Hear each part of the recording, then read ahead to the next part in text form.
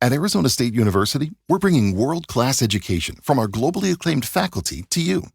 Earn your degree from the nation's most innovative university. Online. That's a degree better. Learn more at asuonline.asu.edu. This is VOCM Open Line. Call 709-273-5211 or 1-888-590-8626. The views and opinions of this program are not necessarily those of this station. The biggest conversation in Newfoundland and Labrador starts now. And now your special guest host, Anthony Germain. Well, good morning and welcome to Open Line on this Monday, July the 28th. Man, oh man, it's hard to believe July just about done, and here we are, a historically different week for the Royal St. John's Regatta, happening not on the first Wednesday in August, but this week, the last week of July, because of the Canada Games.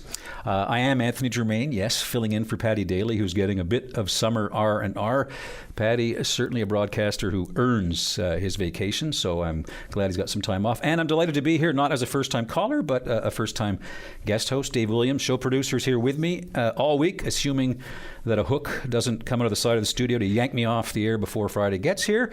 I was very, very happy when VOCM got in touch with me to see if I'd be interested in filling in for Paddy. And as a long-time listener of the show, I mean, how could I resist, especially with so much going on these days in the news? So let's get into this. The numbers to call here in Metro, 709-273-5211, 709-273-5211, and toll-free across the province, 1-888-590-8626. Okay, lots to talk about. Let's start with something positive. The 207th Royal St. John's Regatta will get underway this week. Long-term weather forecast looks pretty good. And, of course, Jerry Lynn Mackey will be at the pond before the crack of stupid. So make sure to tune in early to your VOCM mornings to find out on Wednesday if it's a go. And as I said, right now, long-term forecast looks good. And I don't want to start the show by encouraging gambling. But if I were a betting man, which I'm not, for you regatta roulette risk takers celebrating Tuesday night, this could be a great week for you. But we all know weather and wind here on the Avalon can change like that, so don't confuse these remarks as some kind of endorsement for you partying Tuesday night. I will take no responsibility and don't want you calling in Wednesday morning blaming me because you have to go to work. But back to the regatta itself, and this is a topic we can dive into right up to and after the races if you'd like. What does the regatta mean to you? For a lot of people, obviously a very, very big day, obviously for all the rowers, not just the teams that are in contention to win, but for everybody who'll be getting on the water. It's a fantastic, historic, competitive sporting event, but of course it's much bigger than just the races. And now, more than 2 centuries old, many, many years of memory. So for you, is it the races, the games of chance? There you go, promoting gambling again, but obviously for good causes. The food, the socializing. What does the regatta mean to you? So many changes over the years. I mean, who would have predicted a century and a half ago that Indian food would be a major draw to the regatta, as I happen to know for a fact that it is. So call in about that if you like. Also, now I don't know, I haven't been down to the pond, I got to confess. I've been spending much of the summer so far in Salvage on the Eastport Peninsula. And on Friday, I can tell you something happened that has not happened in a very, very long time. It rained, and it rained hard. It rained long, and you know how comfy and cozy it is when you're lying in your bed and you hear the rain beating against the windows? One of those nice life pleasures, just lying there. And it rained and rained and rained. And I draw attention to that because really before Friday, it wasn't rain that was waking people up on the Eastport Peninsula. It was smoke. And that smoke that had traveled from fires that were pretty far away. Obviously, a lot of people in Musgrave Harbour happy to be settling back to their homes. And if you are one of those people, please give us a call. But man, oh man, the fires we've had this summer, I don't remember anything quite like it. There are large parts of the island that are exceptionally dry this year. Water levels have been dangerously low in many places and communities. We still have, I think, more than 180 boil water advisories in the province. And when Mother Nature holds back on the snow in the winter and then on the rain in the spring and summer, that causes a lot of problems, and obviously makes conditions right for wildfires, and it makes it extremely difficult to contain and fight them. But Mother Nature did decide finally to help out Friday night into the weekend. And so a big thank you to the firefighters, full-time volunteer, the water bomber crews, everybody who put in strenuous efforts to get those fires fires under control. You deserve a big thanks, and I hope you manage to get some rest, because obviously very exhausting. So if you're affected by the fires, or if you have any thoughts about how often smoke billowed into your community because of these fires, if you want to talk about climate change or water levels, if any of that is of interest, we can certainly talk about that. And staying with water levels, in just a few minutes, I'm going to be speaking with John Baird in Glovertown. John is the project manager with Freshwater Alexander Bay's Ecosystem Corporation. Now, the Terra Nova River, a fantastic river, it's had a lot of ups and downs, not just the water levels, but also wild salmon populations. I'll be talking to John after the break about just how dry it's been, and he's got a long history of the river. I'm pretty sure John Baird knows every rock and bend in it. I think he's canoed all of it. And that river, of course, is part of a larger ecosystem. Rainfall, very important. Okay, so Wednesday, big day, regatta day. Friday, August the 1st, also a big day. So here's a more serious topic. I was really, and I mean this, Dave, I was really hoping to avoid the topic of Donald Trump on my first day of Open Line, but events yesterday and the date of August 1st, they kind of make that impossible. August 1st matters because that is the deadline that the President of the United States set. And let's be clear about this. This is a Trump-imposed deadline. Friday is the deadline for negotiations between Canada and the United States to come to a trade agreement. Now, you know Trump. Deadlines for this leader seem to change depending on what kind of mood he's in. And with all of the Epstein file stories sticking to him in ways that other stories have not, I don't get the feeling that the leader of the free world is in a good mood these days. But the big question is, will he go ahead with massive tariffs, particularly on Canadian steel, and continue to try to hammer the automobile industry? Now, in some ways, this is more of an Ontario story, although you think about iron ore in Labrador, it will affect many places. And Ontario's economy, vital to the country's economy. So if he insists on going ahead with punitive tariffs, it'll have a devastating effect on about 700,000 workers in the automobile sector, Steeltown, Sault Ste. Marie, Hamilton, among others. This could bring about a nasty recession. But what's interesting is yesterday the Europeans, they kind of cried uncle. They've accepted a deal with Trump. So the massive 50% tariffs that he'd been threatening to them, the European Union said, okay, we're not going to do that. We're going to negotiate our way out of this. So first it was 50%, then 30%. And what the Europeans have finally shaken hands on is a 15% tariff. So that appears to be the agreement. Of course, a lot of details still have to be worked out. But that is going to still be difficult, especially for Germany, a major producer of steel and cars. And I just wonder, and I'd like to hear what you think, is that a sign of what's to come for us? Has the play been this all along? Scare the hell out of us with a 50% tariff and then say, no, what we really want is 15%? Because even 15% is going to hurt. Now, allegedly, because of the Canada-U.S.-Mexico agreement, or CUSMA, Trump, you might recall, called it the best trade deal in history when he signed on to it 5 years ago. He's been kind of dumping all over it ever since he won his second election. So what's Prime Minister Mark Carney's endgame in all of this? Is it to hope that we get a 15% tariff like the Europeans, or something better, or something worse, given how lopsided the trading relationship is in terms of size? I think most Canadians recognize our leverage with the Americans is not great. I think we're in for a tough time no matter how this thing settles. But 15%, better than 50, but still going to be difficult for a number of industries if that's the round number. Hopefully there'll be some exemptions. Does Ottawa try to just sort of buy time and put this down the road, hoping that maybe we get to the midterms and he might lose control of Congress? But that's a long ways off. All right, so that's national politics. Now, here provincially, there seems to be one story that just isn't dying down, and that is Premier John Hogan's decision to roll back a bonus program for his cabinet ministers. You heard about this when Ed Hallett was talking with Jerry Lynn on the morning show on your VOCM Mornings a while ago. Some senior cabinet ministers would have been eligible for bonuses of up to $48,000. Apparently one minister did get a bonus of some kind. And there's a saying, a question really in newsrooms about certain kinds of stories. And the question is, does this story have legs? Now, unfortunately for Premier John Hogan, this is a political centipede of a story with so many wriggling legs to it. It's going to take a lot of political and communication skill to chop off the legs and neutralize what is a very damaging story. Now, there's no question Hogan did the right thing. He did what he had to do. He killed the bonuses when he found out about them. But the fact it took 3 weeks for the Premier to find out is a problem. And that raises one of the big questions. Why was the Premier in the dark for so long? Which raises another question. What else didn't or doesn't he know that he should be informed of? And also, who in Cabinet was the driving force behind trying to sneak in these hefty bonuses when everybody is hurting because of inflation? Because it certainly appears as if some members of the Liberal front bench have basically undermined their own leader. Essentially, we tried to give ourselves bonuses, the boss blew the whistle on us, and because of the convention of cabinet secrecy, we can't tell you how this whole thing went down. So, lots and lots of legs to this story. A lot of Liberals I know not happy with this at all, because basically they've handed Tony Wakeham and Jim Dinn, the PC leader and the NDP leader, a club to beat the Liberals with until Election Day. Not sure if you've seen some of the progressive conservative ads, video ads on this topic since they started really attacking on this story, but they're pretty sharp and pointy.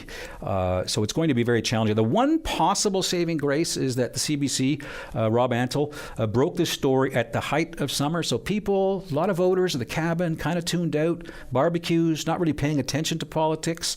So possibly the Premier has that going for him, but I just don't see the Conservatives or the New Democrats letting go of this. And so why would they? Lots to talk about. 709-273-5211 here in Metro. Toll free 1-888-590-8626. Dave's waiting to get you lined up. After the break, we'll talk about just how dry it's been in Terra Nova with John Baird. Don't go away. Welcome back. As I mentioned off the top of the show, some rain relief finally came to parts of the island on Friday and through the weekend, but up until then, it's been a very dry summer. A lot more rain still needed, keeping our fingers crossed that the worst is over, given the fires that we've had. Now, I've reached John Baird in Traytown. He is project manager with Freshwater Alexander Bay's Ecosystem Corporation. Good morning, John.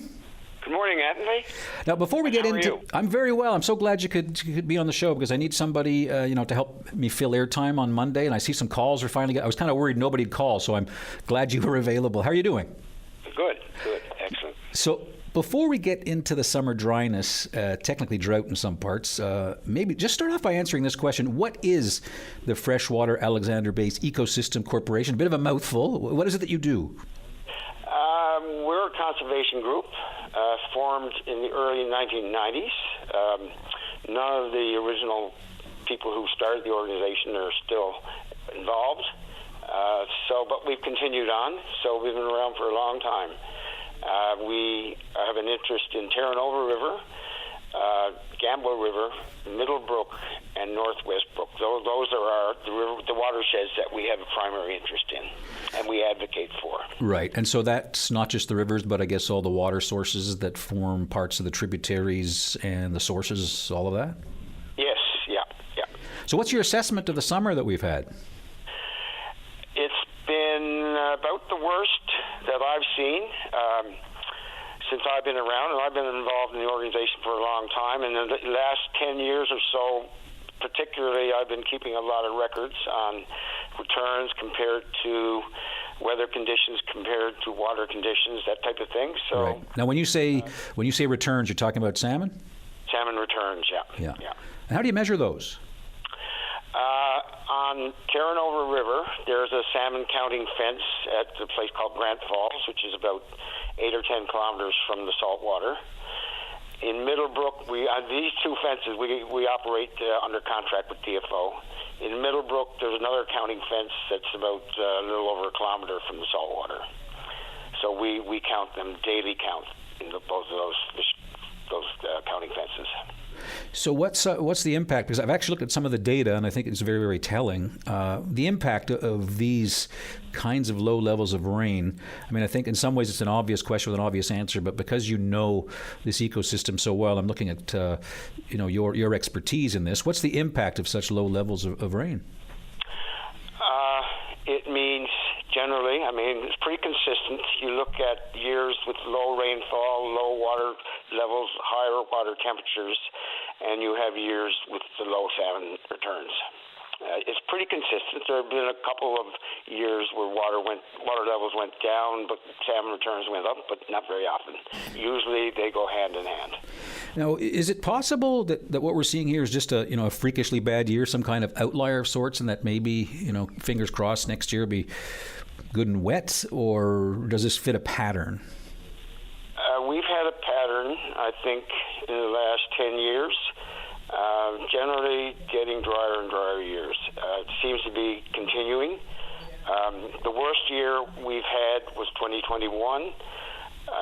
We had 65 days over the period from June the 8th to August 31st, which is the prime peak of the salmon run. Mm-hmm. We had 65 of 85 days where the water flow in the river was less than 10 cubic meters per second.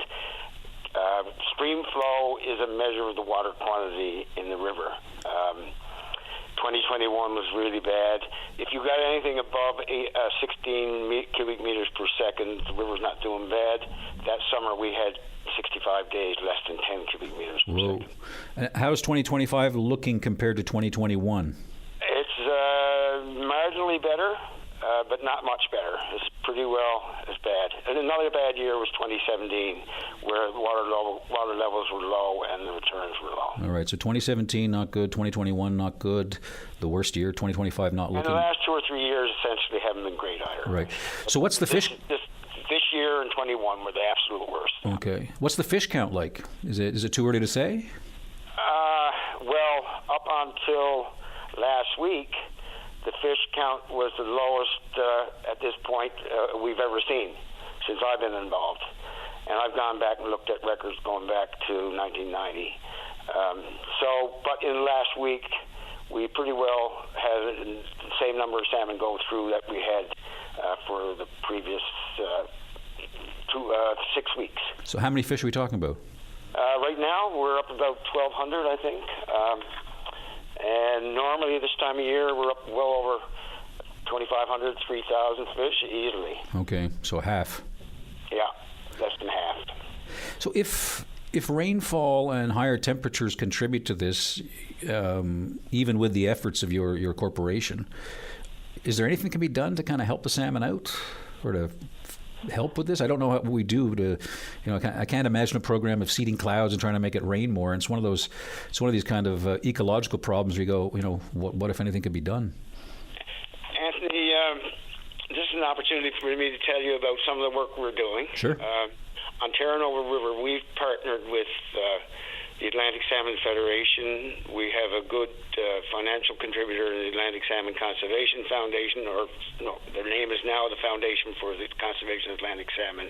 We have a good partnership going with the Salmon Group in DFO, and we've had a financial contribution from Equinor, the large oil company, has given us the last 2 years significant amount of money to carry out research on the river. And one of the big things we really have to look at is the hydrology of the river and how we can mitigate the low rainfall that we're experiencing, high temperatures and so on. And there are possible solutions, but they're going to be long term. Right. That include diversions? Possibly, yeah. Possibly diversions, possibly tapping into wetlands, that type of thing. But it's that opens up a whole other can of worms, right? And I haven't got the expertise, but we're trying to tap into the expertise that will help us in that regard. Right. Well, listen, John, I know you do great work, and I know that the Terranova River in particular is dear to your heart. I really appreciate your time, and I wish you the best. Can I mention one more thing? Yep, quickly. If I got a second. Yep. Last week, we had a significant mortality on Middlebrook. Some anglers mentioned to the man who operates the counting fence that there's some dead salmon down the river. And we went down and we photographed them, and we counted, along with DFO, well over 30 salmon dead in the river. Oh, no. And that was caused directly by the high temperatures in the river. What a sin. Listen, John, I got to move things along, but I really appreciate your time. Thanks a lot, and I hope that the rest of the summer is wetter and a little cooler. Thank you. All right, bye, John. John Baird in Tradetown, project manager with Freshwater Alexander Bay's Ecosystem Corporation. In the next hour of Open Line, hope to touch base with somebody who knows the Gander River just about as well as John Baird knows the Terra Nova. All right, moving things along, actually staying in Terra Nova, the peninsulas. I'm going to speak now with Mayor Mike Tiller. Hello there. Good morning, Anthony. How are you? Very, very well, sir. What's on your mind? I want to talk about volunteers and how the role has certainly evolved in different areas. For example, I know there's a lot of talk lately about the volunteers that were needed for the Canada Games, and the fact that because the organisers were afraid of not getting enough volunteers, that the provincial government allowed their workers to take 2 weeks of paid leave and also, I think, get 2 weeks extra vacation to make sure that the Canada Games ran well. And, I guess that's understandable. You're bringing all these people in. You want it to run well. But it kind of takes the meaning of volunteer out of it, for sure. And then I've heard people on Open Line, they've been talking about, the swag bags that they were getting and how some weren't up to snuff as the rest of them. And I understand that, too. When you sign up, a swag bag is a great way to show appreciation and to give back to the people that are helping you out. So I understand that. But then we get to volunteers such as your volunteer fire departments and whatnot. And the role of their mandate, I guess, has changed significantly over the years. When you sign up to be a volunteer firefighter, you know that there's going to be times when you're out for 5 hours, you might be for 6 hours, you go to a call, might be 2 hours, and you're not an overly busy department, and that's what you sign up for, and you want to volunteer for this. Right. So are you suggesting if we can pay volunteers or give them time off from work that they don't have to worry about, that we should do the same thing in volunteer fire departments? Well, in normal situations, I would say no, because that's what you sign up for. But what I'm getting to is the fact that when you see what the town of Musgrave Harbour just went through, those firefighters spent the better part of a full week rotating shifts, sleeping on mattresses in their fire hall. Their town was evacuated. They were the only ones left in their town. They were cooperating with the forestry, and basically they were sat there waiting for the fire to come in and destroy their town, and that's got to be a tremendous burden on them.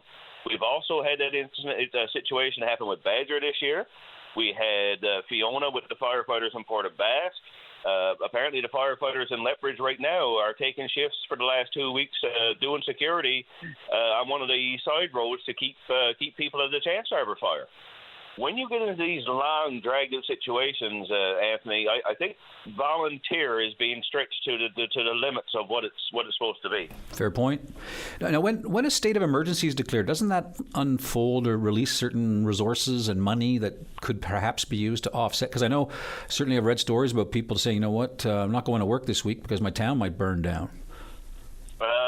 There is nothing in legislation that states if we call a state of emergency because we've come across that before, that if the town calls state of emergency for, say, Snowmageddon, for example, that all the people that are supposed to work in the town get paid, but it's not as black and white. It's not as simple as that. There's a lot more process that you go through. Yeah. And I think the provincial government or the federal government, federal government is who deals mostly with disaster relief and whatnot.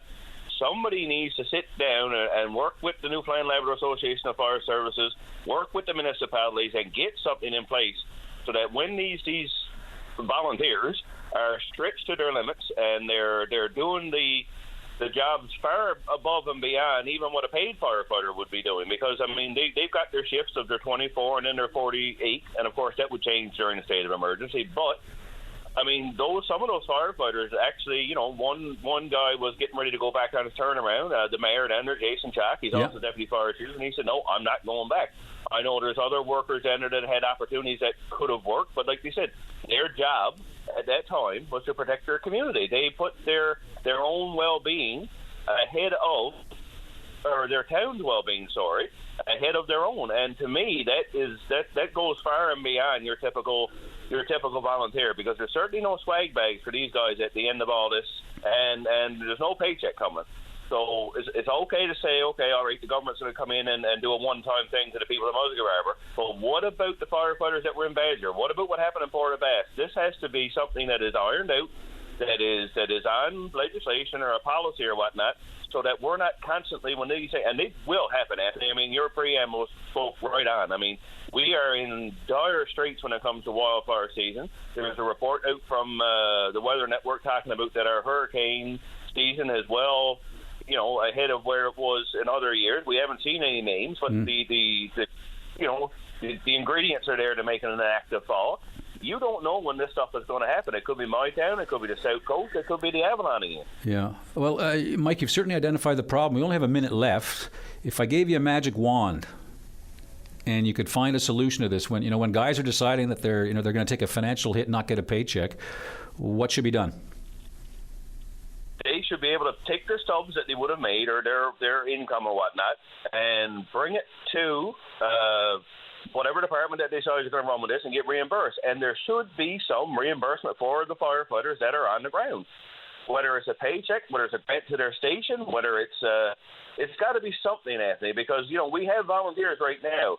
But when we sign up under a different set of circumstances. We're evolving into what's happening now. We are agreeing to do it because it's what we are. Right. But it's the next generation that are coming up going to see what, do I want to spend a week in a fire hall on a mattress taking shifts trying to keep my town alive or for nothing and lose a financial, stability for my family? We don't know what you're going to get for volunteers in the future. So something has to change when state of emergencies are called, when evacuation orders are put in, so that there's an incentive to stay behind and wait for your town to burn. I mean, that's amazing what those guys went through. True. And what other departments that went through. True. Listen, you raise an excellent point. I have no doubt other people will call in on this topic. Mike Tiller, appreciate your time. Thank you, Anthony. All right, thanks, Mike. Mike Teller, new West Valley Mayor. If you've got thoughts, by all means, give Open Line a call. I'd love to talk to you, hear about you, particularly if you're listening in Musgrave Harbour and you managed to get back home, getting things back to normal. I'd love to hear from you. Give us a call after the break. At Arizona State University, we're bringing world-class education from our globally acclaimed faculty to you. Earn your degree from the nation's most innovative university. Online. That's a degree better.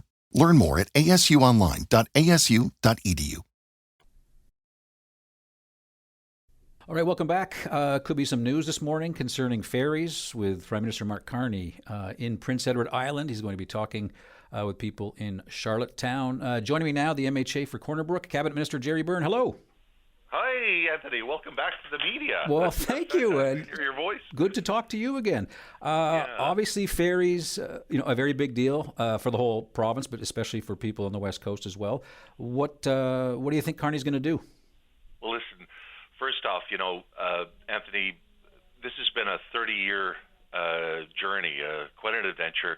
One of the things about Open Line and some of the things that I've really, really championed is an improvement to Marine Atlantic and the way Transport Canada treats Marine Atlantic, because I think it's very important to differentiate Marine Atlantic from the Government of Canada. Marine Atlantic is an organization which does an incredible job, but is under the thumb of Transport Canada, the Government of Canada. We do know that there were promises that were made to PEI to cut the Confederation Bridge tolls in half, and there were some comments from Mark Carney to have similar treatment for Marine Atlantic ferries. Now, we don't know exactly, we can't really define what similar treatment might be, but there was a very specific commitment given to PEI to cut the Confederation Bridge tariffs rates in half. Right. So let me just kind of line this up very quickly. Okay. The people of PEI said the rates on the Confederation Bridge for automobiles, for regular passengers, tourists and residents alike, and for transport trucks delivering goods to and from the province was crippling the economy of PEI.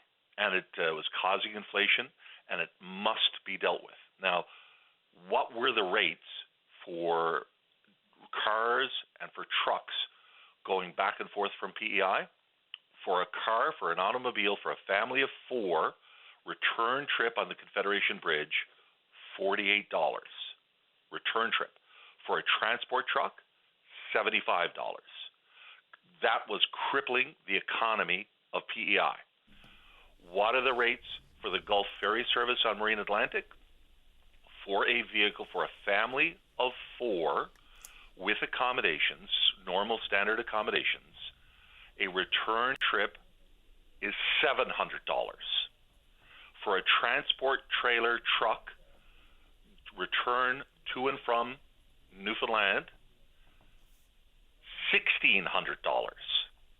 So if $48.75 for a vehicle or for a truck, respectively, to PEI was crippling the economy of PEI, just think through what $700 for a family, $1,600 for a transport truck does to the economy. I think the numbers, Jerry, that you outlined, they kind of they speak for themselves, and they certainly came up during the election campaign when Carney seemed to be making a commitment to have those costs. Cut them in half. I guess my question, you sort of see how busy the ferries are, and I understand. Trust me, I had to campaign on this. I understand the demands of many Newfoundlanders and Labradorians about what was promised and what wasn't delivered. But I wonder if we were to be realistic, when you look at the capacity and the demand, if the real solution, I can say this now as a defeated Liberal candidate, isn't to add another ferry. It is. So our terms of our Constitution are more specific and more prescriptive, more directive to the Government of Canada than any other terms of union.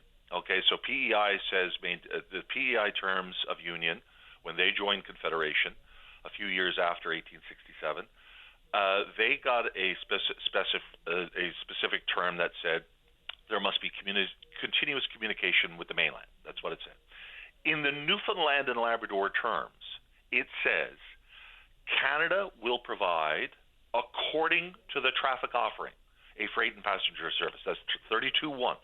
And what that means, Anthony, is that whatever traffic, whatever car, whatever truck, whatever passenger shows up at Port aux Basques, Canada must transport it, that person, that truck, that car, expeditiously. So it has built into the Constitution a requirement that whatever capital is required, whatever ferry services, whatever wharves, whatever anything is required, our Canadian constitutional guarantee says that Canada must do it and do it in a timely way.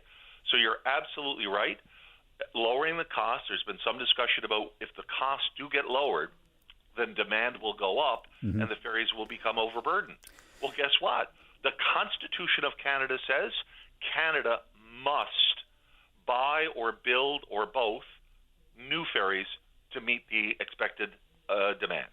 And there's no question, there's no question, Jerry, that was that was put on Carney's agenda during the campaign. It'll be interesting to see if he actually addresses it in Charlottetown. I don't see how he can avoid it, and I suspect reporters will be asked about that. Listen, while I've got you, any insight to provide about future transitions with Kruger and the pulp mill in Corner Brook?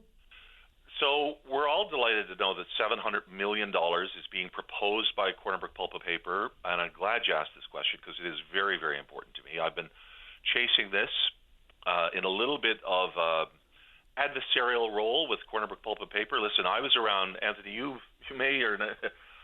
I remember back in 2013 when Corner Brook Pulp and Paper Kruger put an ultimatum on the table for the mill workers of my city that said, you either sign on the dotted line or else. We're shutting this mill down. And you know what I did? I hired an economist, an econometric firm out of Norfolk, Virginia, out of the United States, to do an economic analysis of Corner Brook Pulp and Paper. This was back in 2013, a company by the name of Fisher Incorporated, Fisher International. They still exist. I think they're under a new name now. But okay. That analysis said this was a very, very viable mill. I'm only saying this because I've often challenged Corner Brook Pulp and Paper about some of their proposals, some of their decisions, because listen, companies act in their own self-interest. So $700 million is on the table for developments around the Corner Brook area. That has to be good news. The bulk of that money, and I can disclose this because Corner Brook Pulp and Paper Kruger said to us they want regulatory approval of this quickly.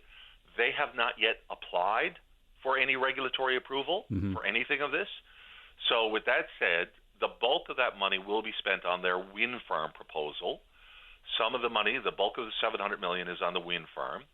They do propose changing to moving from newsprint lumber to basically cardboard, the inner layer. You know how that you get that in cardboard? Yeah, the little the zigzaggy parts.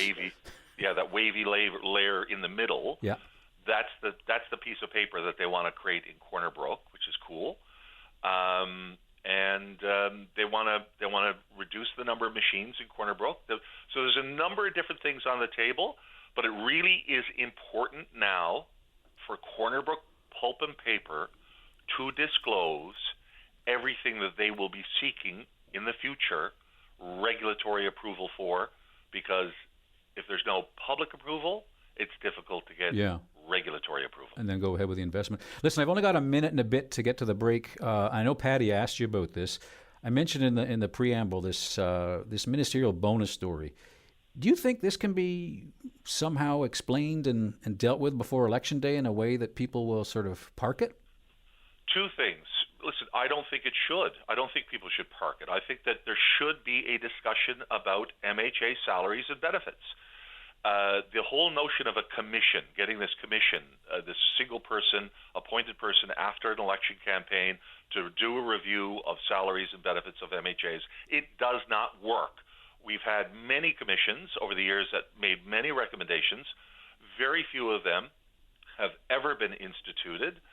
So the only way to solve this question is for all political parties to say in their political documents prior or during the election campaign, this is how our party will contract for the MHA salaries and benefits. Right. I guess what I'm getting at, though, but Jerry, I think you and I have had some combative interviews and pleasant interviews like this, but I think of all the politicians I know, I think you're the most successful politician in Newfoundland history, along with John Crosby. When you look at elections, I'm just wondering why the political antenna didn't go up, saying, "Wait, no, just hang on, boys. This, do we know what people are thinking? How's this going to look?" That's what I find surprising in all this. Yeah, listen. To be honest with you, and I'm telling you straight, God's honest truth, I don't remember any conversation about this.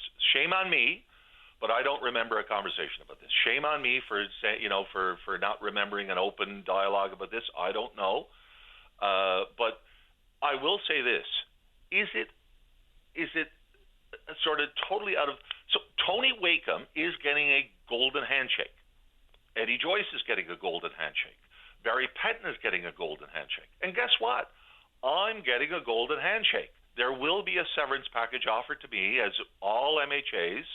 So the notion that we reject the severance, Tony Wakeham and Jim Dinn and all others should say whether or not severances. Yeah, I think it's more the bonus part. I think is the big. Listen, Jerry, I'm not sure if this is going to be our last interview, but I do want to thank you for. I hope not. Me too. I want to thank you for all of the interviews on Parliament Hill and from the Confed. It's always been a pleasure. You've been a challenging interview, but you've always been available, and I want to thank you. Well, listen, we're challenging because we want to get to the truth, and that's where those who do not challenge you do nothing. Those who do not don't do nothing never make a mistake, and they stay popular. But they remember, Anthony, you'll know this. That means they do nothing, and that's why I don't mind being challenged. I look forward to following your pursuits, Mr. Byrne. Thank you very much. God love you. Thanks, Anthony. Really appreciate the time. Thanks. Back after the break. All right, let's move things along. I am enjoying how this first day filling in for Patty is going. Let's go to Linda on line 3. Hello. Hi, how are you? I'm very, very well, and you? Good. Excellent. I got to laugh first because when they said Anthony Germain, I thought he said Anthony Bourdain. And I said, oh my gosh, he's not even alive. That would have taken a lot of ingenuity not to be too dark. What's on your mind?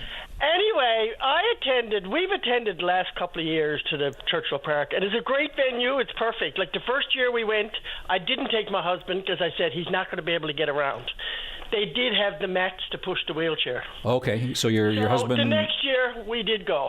All right. They didn't have them the second year. So Really? It was horrible. Okay. Now, they did have them this year. They had rubber mats going by that I could push his wheelchair. Because I'm not pushing a 200-pound man in a transport chair. Right. And Which concert did you go to? We went to Def Leppard. Def Leppard, okay. Yeah. And so anyway, they did have the mats Friday night, but they weren't wide enough. I kept slipping off on the side of the thing. I had to get somebody to help me push me back up again. But we managed. But anyway, they picked them up in the go bus because I was working downtown. So I said, now I'll meet you there. As soon as the go bus leaves the house, I'll hop in the cab and I'll meet you there. Well, now they parked the go bus down by CIBC. So he's down by CIBC by himself, and I had to bring him all the way up to the exit. Yeah. So they just dropped him off and left him there. So then I found him and brought him up, and it's a good 10-minute walk. Yeah. And then when we left the exit to go out, I had to bring him all the way back down to CIBC because that's where the go buses were parked. But right outside the exit are all these school buses that's transporting people to Bay Bulls, Paradise, wherever, dropping people off downtown. Like the drunk buses, I call them. No comment. Sorry, I hear what you're saying. I just want to understand. So I mean, I've been there and done that. I know what it's like, but but Linda, go buses should have been a priority. Okay, so let's just break this down a bit. So the issue number one is the mats, or where the go bus can park. I just want to be the go bus. I'm not too concerned about the mats because we even got through last year without the mats, and I just had to get someone to help me push it in the grass because it's not easy to push a 200-pound man on grass. I can imagine.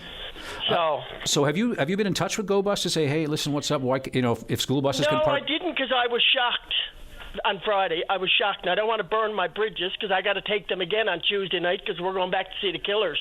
Yes, that's going to be a great show, and I hope that you get closer. You may not want to burn bridges, but I know people with Metrobus, they do listen. Oh, I know, but they just can't get it straight. I mean, I just don't understand why the go buses are parked so far away. Mm-hmm. And not only that, they had barriers up so nobody can park in the parking lot. So I had to actually move the barrier myself to get him in. Was there anybody, any of the volunteers or workers at the concert venue? Were they able to help you? Not outside, no, because I'm on my own. I'm going home. They're not out to look after us on the parking lot. Okay. So, and then of course, and I know it's an ongoing thing with accessibility because like the sidewalks, how you got the dip at the end of the road. Yeah. There's still almost a 2-inch lift. I can't lift them up over the sidewalk or get them down. I had to stop 4 people, and 4 guys actually had to help me get him up over the sidewalk because it's about I'd say about an inch and a half, little tiny lip on that edge. And I know it's all over the city. It's not just there. No, accessibility for people with wheelchairs. And a lot of stuff is grandfathered in, and I do understand that. Yeah. And I mean, and nobody realizes it until they actually have to deal with it. Right. I certainly wouldn't have realized it. Well, listen, and now I am, but I'm more concerned about the buses so far away. Okay. Well, listen, I'll do my part and give them a call and see, and hopefully maybe they can do something so that it'll be a lot easier for you to get to the Killers than it was Def Leppard. I appreciate the call, Linda. Thanks. Okay, thank you very much. All right, accessibility, it's always an issue of various kinds in so many different areas of the city.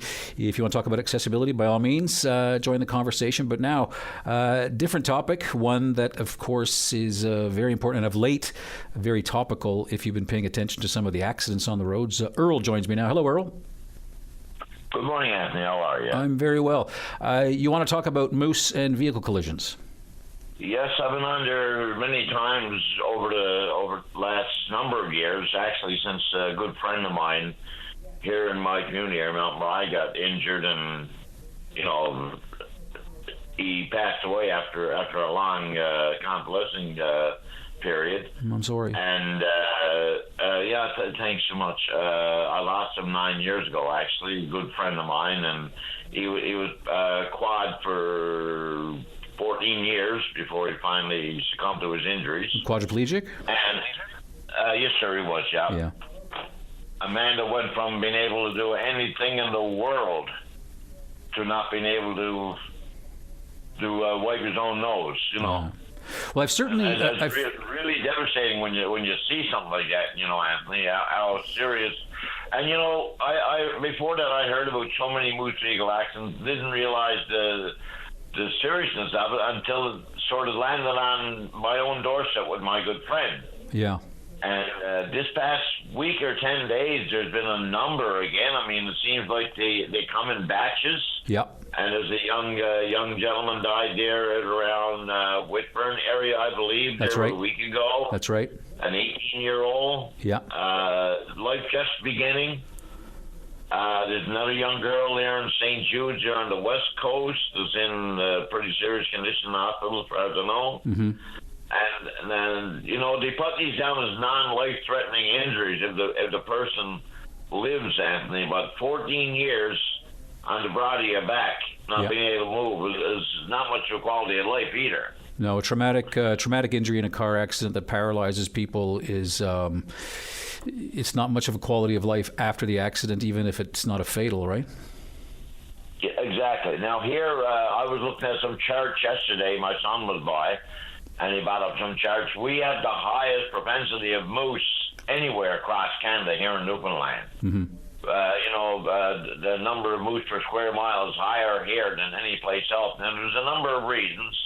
I mean, we've advocated for fencing so often and so long, and we probably might have 15 or 18 kilometers, somewhere on the west coast on Glance Hill, and we have some on towards the east coast, somewhere on Equate Shore, 7 kilometers or so, I believe, out that way. The brush is not being cut back, Anthony, and the big thing is you got to know with a full-grown moose, they can move pretty damn fast. You know, when you've got the...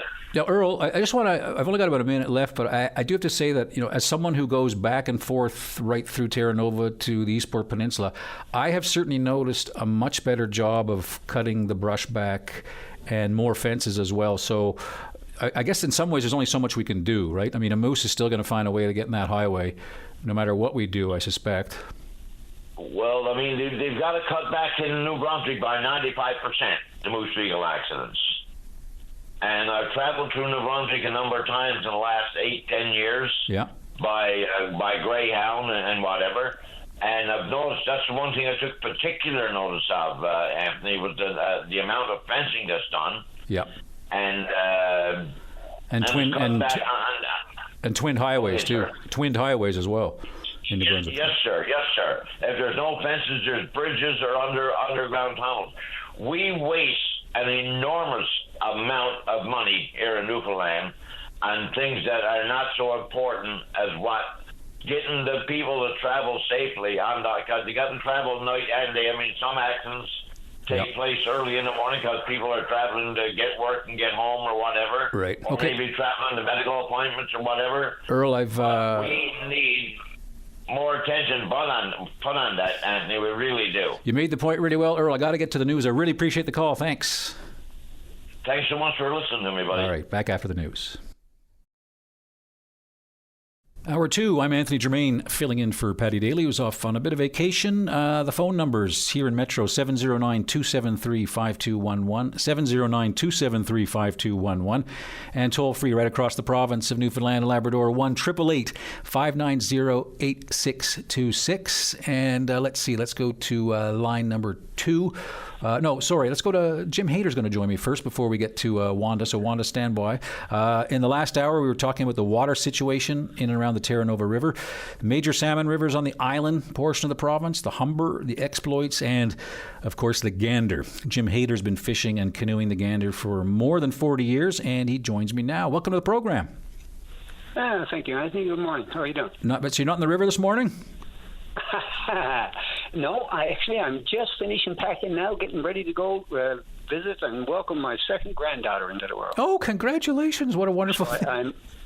That's Thank fabulous. you much. Yeah, I'm probably finished with fishing the year, Anthony, boy, unless we get some major rain. Yeah, well, that's the topic I want to talk to you about. You've been fishing and canoeing the river for more than 4 decades. What's your sense of how 2025 has been for the gander? Boy, rather abysmal, I suppose, is the best term I can use. And the last 4 of 5 years have been very similar. We started out this year, the 1st of June, the water level on the gander was where you would like to see it in the middle of July. right? And we haven't had significant rain since. We had one small patch of rain there in early in June, which brought the river back up a bit. But we haven't had rain since. We haven't had rain most of May, most of June, and all of July. Man, it's been very, very bad. Where I fish, the water's dead. There's no chance of fish are going to move in that stretch of water anymore unless we get rain. Yeah. Now, for people who don't know salmon or angling, what Jim means is when it's dead, if it's not flowing, if there's that coursing thing where the salmon like to sort of hold in places where they get a little bit of ripple around them, if it's dead, there's not going to be any fish, right? Any data on how many? I mean, we were talking to John Baird earlier. I'm not sure if he caught it. And he was talking about Terra Nova numbers. Numbers there are down. How about the gander? Even anecdotally, any sense that you have about? Because I mean, the gander's a major river with thousands of salmon. Can have thousands. What's it been like? By fishing, I fish mostly in the lower stretch of the river down Sunshine Pool, but reports from almost everybody I spoke with suggested further up the river, which is usually much more prolific relative to salmon fishing and stuff, almost no fish in the earlier part of the year. In the upper part of the river, Slaughter Hole, Straight Shore, those are very, very heavily fished areas, but there was no fish. There was one day they had really good action, and then it died again. It was similar in the lower stretch of the river. We'd see small pockets of fish. I guess they're coming in on the tide or whatever, right? When the high tide comes, when it drops, the fish start in. Yeah. But the river is low and as warm as it is, boy, it's a life sentence, I think, for the salmon. And unfortunately, I'm afraid if it continues in this fashion, we'll lose our salmon. That would be such a sin. And talking to John, I know that there's some things we can do, but they're all kind of long-term solutions, and you need Mother Nature to be on side. Now, the Gander River does have one advantage, though, I think, when it comes to water temperature. Now, high temperatures are killers for salmon, but Gander Lake, isn't that kind of like an air conditioning system for the river? Yeah, reverse heat sink. Yeah, the Gander Lake is a godsend for the gander. That's why the gander is practically never restricted on angling. The water temperatures are almost always of the coolest of rivers in the province because of the lake. And even when the river drops lower, fishing can still be productive because the water it doesn't reach that 20-degree mark. It will in August, but it's not there yet. The last time I was down, it was 17, 18 degrees down at the lower stretch of the river. Which is not bad considering some of the temperatures in many of the other rivers. Oh, yes, yeah. So when I don't want to make it sound as though you've been around forever, but as I was just wondering, the old man on the river these days, Anthony, boy. People can only envy the amount of time you've had on that river, but I've been blessed. But anyway, didn't mean to interrupt. That's no. So you can actually go back to 1985. Here we are in 2025. When you look at the past 40 years, what are the big changes that you've seen between what the gander is like now compared to 1985?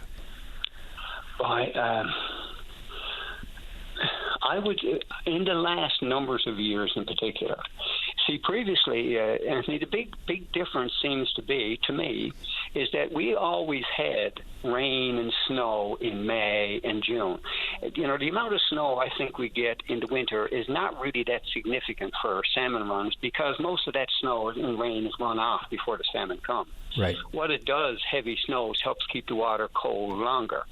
But we always have rain. Remember the joke, Newfoundland, the 24th of May snowstorm, or the 24th of May get rained out, right? Yeah. We haven't had that in years. That's true. Last year was an exception. We did have heavy rain in June last year.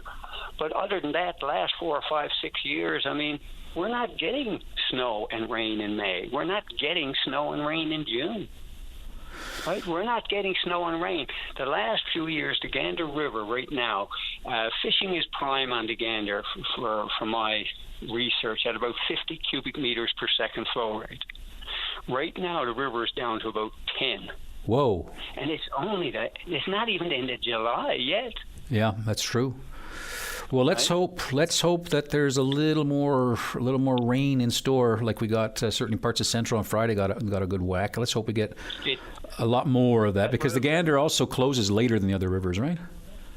Well, it still is open for hook and release into October because the gander is known to produce a fresh run of salmon, a late run of salmon in September and October. You can catch fresh fish on the gander, one of the few rivers in the island, in September, right? Yeah. Well, let's hope that it's wet and cold come September so that the salmon get a chance to come through. Listen, Jim, thank you for your time and congratulations, Skipper. So how many grandchildren do you have? Just my second one, man. Oh, excellent. Well, listen, all the best. Exciting times. Hope the birth... All right, bud. Okay, thanks a lot. Appreciate that. All right, thanks a million. That's Jim Hayter. He's been fishing and canoeing the Gander River for the past 45 years. Boy, I tell you, between talking to Jim Hayter and John Baird, you get the picture of just how dry it is and how difficult it is for the salmon. I was going to say I have to reconsider salmon angling as one of my favorite pastimes, but given my success rate, I don't think I pose much of a problem to them. Okay, let's move things along. We spent a lot of time actually on open line on the other side of the overpass. Let's come here to St. John's. I know someone has been waiting for a long time, and we'll get to that right after the break. All right, well, let's go to line number 2. Hello, you're on the air. Hi, good morning, Anthony. Pleasure to have you on the show. What do you want to talk about? I wanted to talk to you about what's happening in St. John's in some of our neighborhoods. I live downtown. Last year, I got the petition together. I got over 150 signatures from homeowners and people living on my street in the neighborhood and presented it to City Hall. I guess it's been swept under the rug. Needless to say, honey, it was regarding all the bed sitting rooms and stuff that's going on in our neighborhood. Now, unfortunately, can I just get you to be specific? So, what was the petition about, like, specifically? It was about these bed sitting rooms, and the type of crime has gone up in my neighborhood 50%. My vehicle's been broken into 19 times in the past year. Okay? 19? 19. 19. Wow. Okay? Now, unfortunately, the house next door sold. A young fella bought it, turned a 2-bedroom into a 4-bedroom, and he's getting $950 per room for these people that are well-known criminals and addictions. Now, before we lump mental illness, I want to say I have a son with mental illness who's disabled. It's not the same thing. I'm so tired of people sugarcoating this and saying mental illness. People born with mental illness is completely different than people who have a choice of addictions. That's my bottom line there. But I want to know, how do I shut this down? The city is doing nothing. I've reached out to ward councilors. I've reached out to so many people in the government who's not even called me back.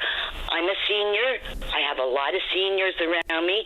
We've been on this street for 40, 50, some 60, 70 years. We're taxpayers. Our house values are going down because the neighborhood is being so bad with these type of criminals living here.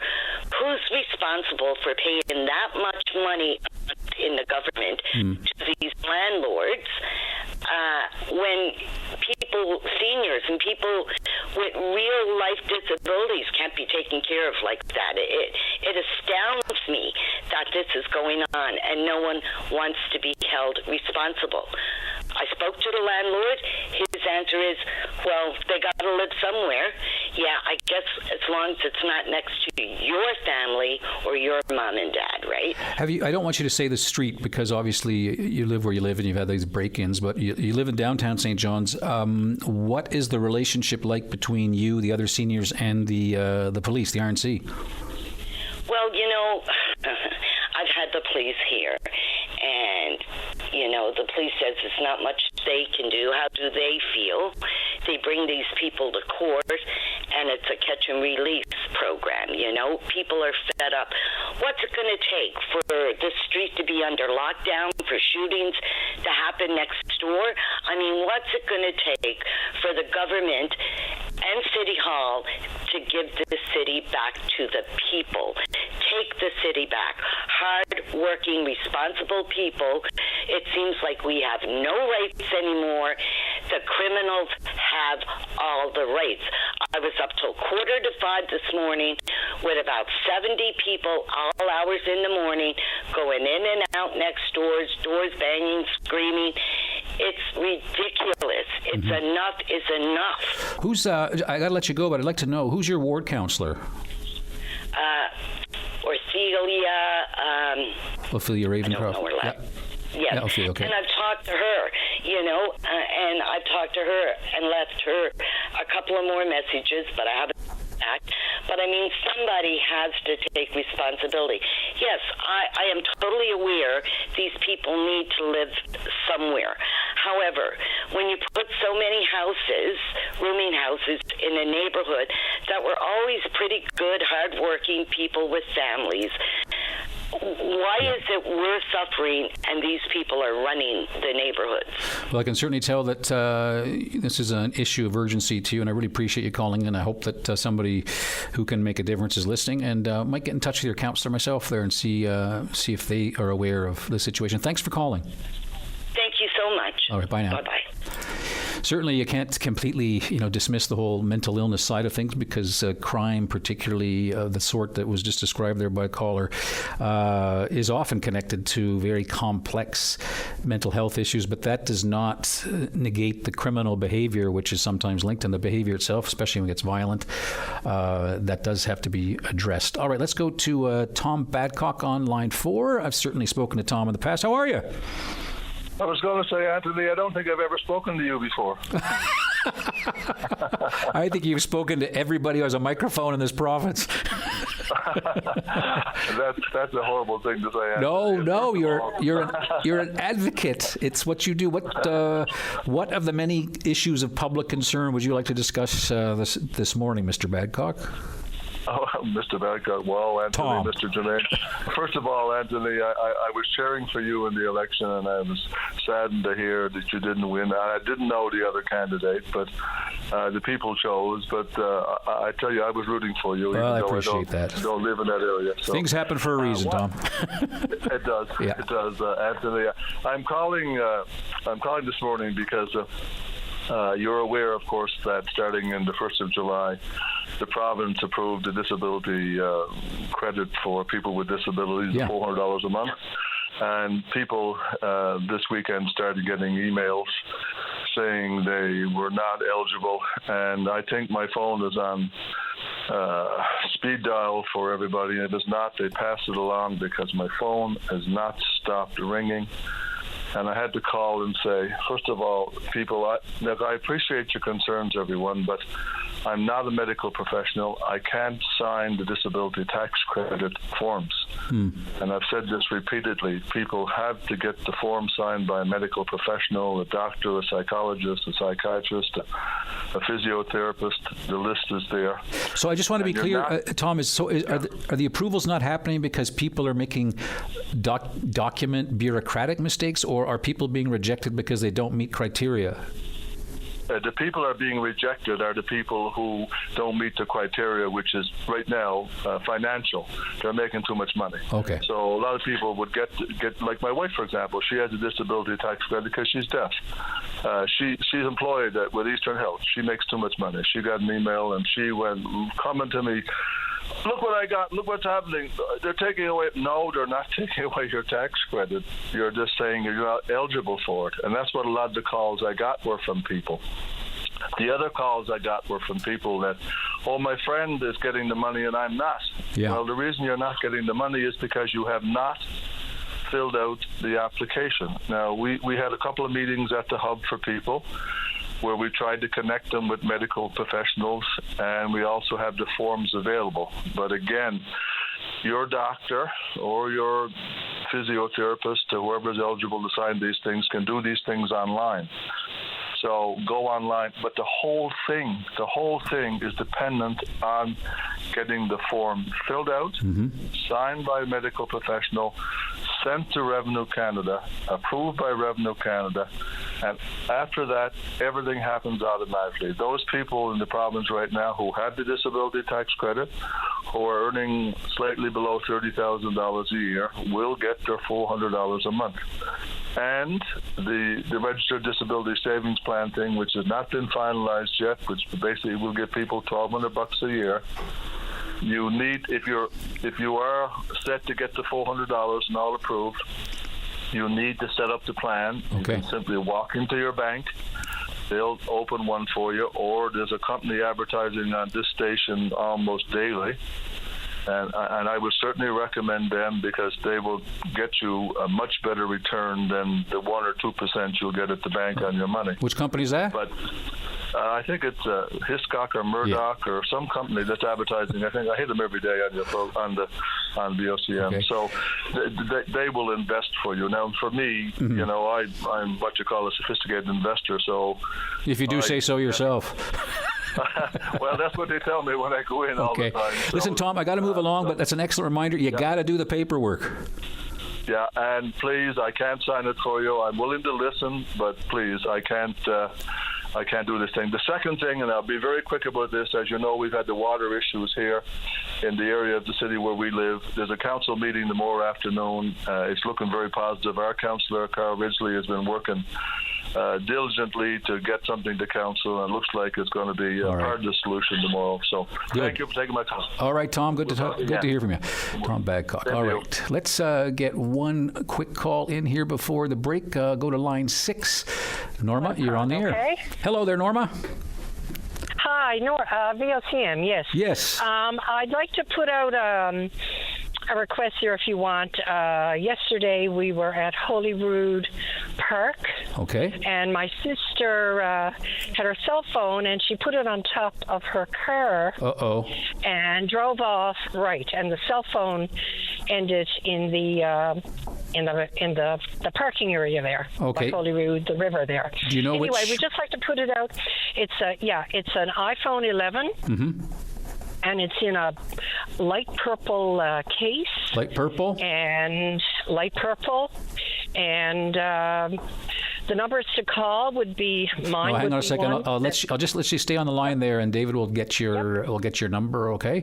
And if anybody actually finds that phone, they can call us, and we'll be the go-between on that. So which parking lot was it again? Excellent. The Holyrood Park. Park, yeah.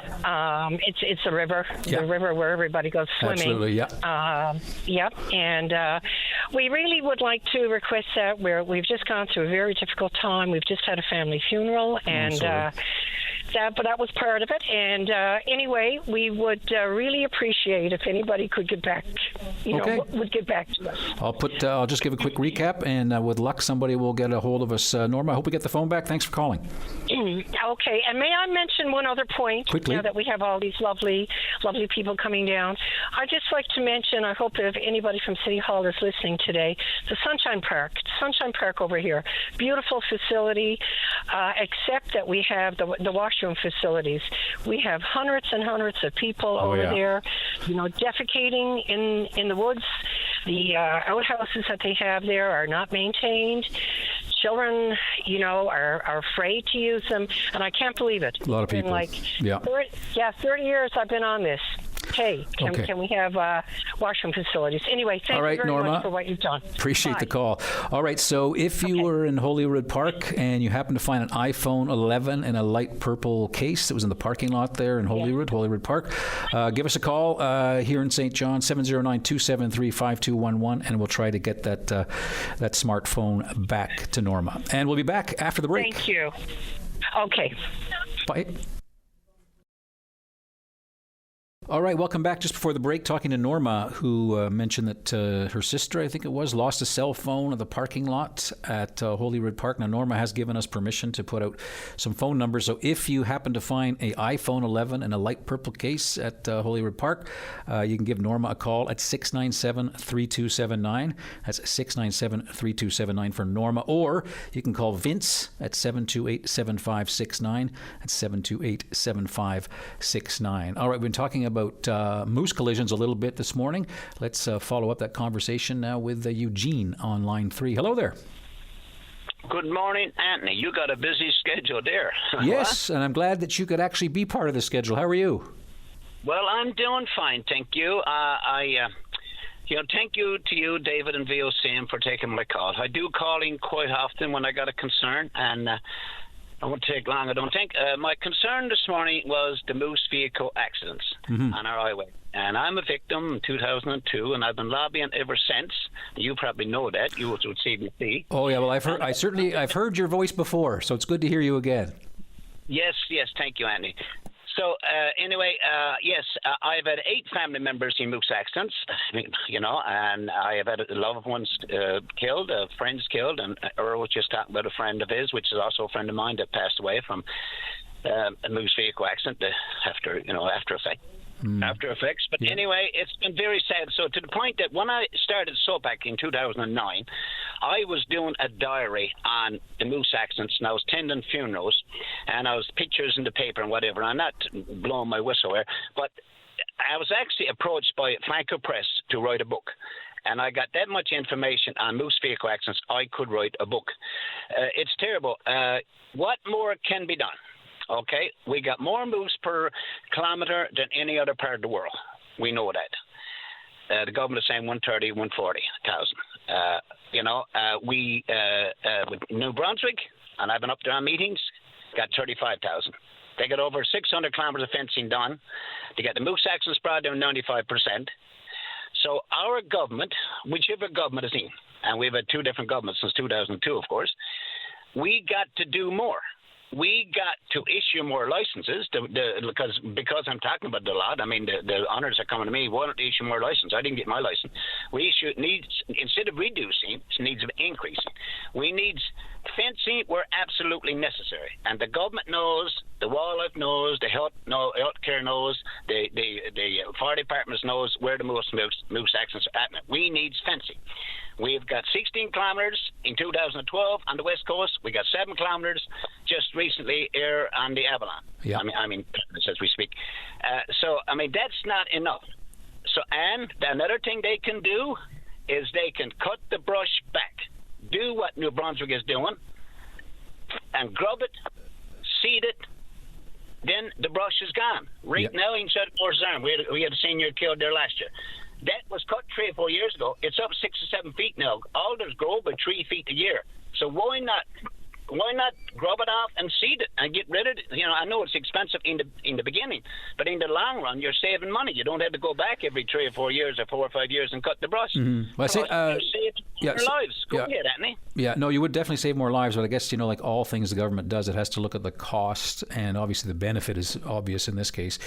I mean, I have to say, anecdotally at least, I've noticed, especially when I drive to the complete west coast to go fishing in June in the Codroy Valley, I've certainly seen a marked improvement on the TCH, but a lot of the highways that go to the south coast and up to the northern peninsula and other areas, sometimes the trees are right next to you, so I kind of hear what you're saying. But how would you go about identifying the priorities? Like, where would you start?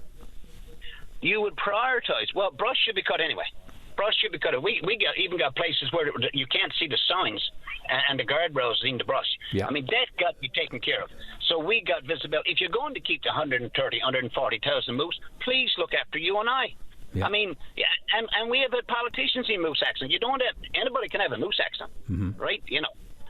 So cut the brush back, seed it, do what we're asking, and we have had demonstrations back years ago on this and everything else. Maybe that's what we need now. Yeah. Seed it, get rid of the brush, fence it where absolutely necessary, and they know where it's absolutely necessary, where there's more moose accidents, like they did on the west coast. And I got emails from the RCMP when we got that fencing, and from the town there saying another accident prevented. The moose is inside the fence, not outside. So it's saving people's lives. And the truckers are calling me and said, listen, that's the only 16 kilometers on the highway that we're relaxed, because we're knocking them into ditches. Right. I talked to a truck driver just a few days ago. You have to have knocking 5 in the ditches, and that is one tractor beat up. I mean, come on. I mean, we're losing loved ones. 18-year-old lost a few days ago. I know. Whitburn. Listen, Eugene, you make a strong case as usual. It's good to talk to you again. And I actually have somebody else who wants to talk about moose, so I'd like to move things along. But it's good to hear your voice again. Yes, if the government is listening, please do what's necessary to save our lives, because I know we don't have to be driving at night, but sometimes you got it on the highway at night. Yep. But they're not taking it serious, Anthony, and there's more can be done, and they're responsible. Maybe it's a demonstration down the road, I don't know, but I'm willing, because I started the SOAP back in 2009. I was chair for 5 years, and I'm a bit relaxed on that one now. Good luck with the book. Yes, brother. Right. I got the pictures too. All right. Well, I know those will be pretty grisly, but all right, Eugene, to move things along. Thanks a lot for calling. God bless you, brother. Take care. All right, see you. That's Eugene Nippard. Now, somebody else wants to talk about moose as well. Got Dana on line 5. Hello, Dana. Good morning, Andrew. Yeah. I might have to call you, Dana. You got a bad line, so we're going to call you back, and I'm going to move things along in just a moment. We're going to head to the Eastport Peninsula. We've got Charlie on line 1. Charlie, you're on the air. Good morning, Anthony. Just a few quick ones there. Jerry said something about not remembering the conversation when they passed that motion of giving themselves more money. Did he say that? Oh, you're talking about Cornerbrook Cabinet Minister Jerry Burns saying, well, he said honest to God truth and shame on me, but I don't remember any discussion. That doesn't mean it didn't happen, but yeah, Mr. Burns said he didn't recall any kind of conversation about this ministerial bonus. Yeah, he did say that. He was there when the vote was taken, I understand. So he voted himself more money, but he doesn't remember the action as well as the words. I can only say that's a little bit strange. Anyway, I won't dwell on that. Maybe he wasn't there. Who knows? Okay, I thought he was, but anyway. Yes, I thought he was as well. But anyhow, yeah, that's what he said. He doesn't remember the conversation. So, yeah, I think that speaks for itself, right? And a quickie on salmon. He said all those fish, the Baird guy, were in the pool dead. John Baird, yeah. He said it was due to warm water. He didn't say the possibility of the catch and release of playing salmon in warm water and them dying. I would suggest that might have been part of that problem. 30 of them? I don't agree with catch and release, especially when water is low and warm. Mm-hmm. It's a sport that kills fish for the pleasure of a fisherman. I think it's a crime to be doing that, and I know you don't agree with that. But anyway. Well, I'm of two minds of it. I think it's very difficult to if you tell anglers, okay, you can have one fish per season, and you catch it and you retain it, so like hook and cook. For honest anglers, and I'm one of them, if that were the case, then I'd be done, right? That's it, no more fishing. I'm just not sure that a lot of people will go for that. That's the realistic problem. I'm really divided on whether catch and release is what all the proponents say. I mean, one thing I know, if I release the fish, it has a chance to live.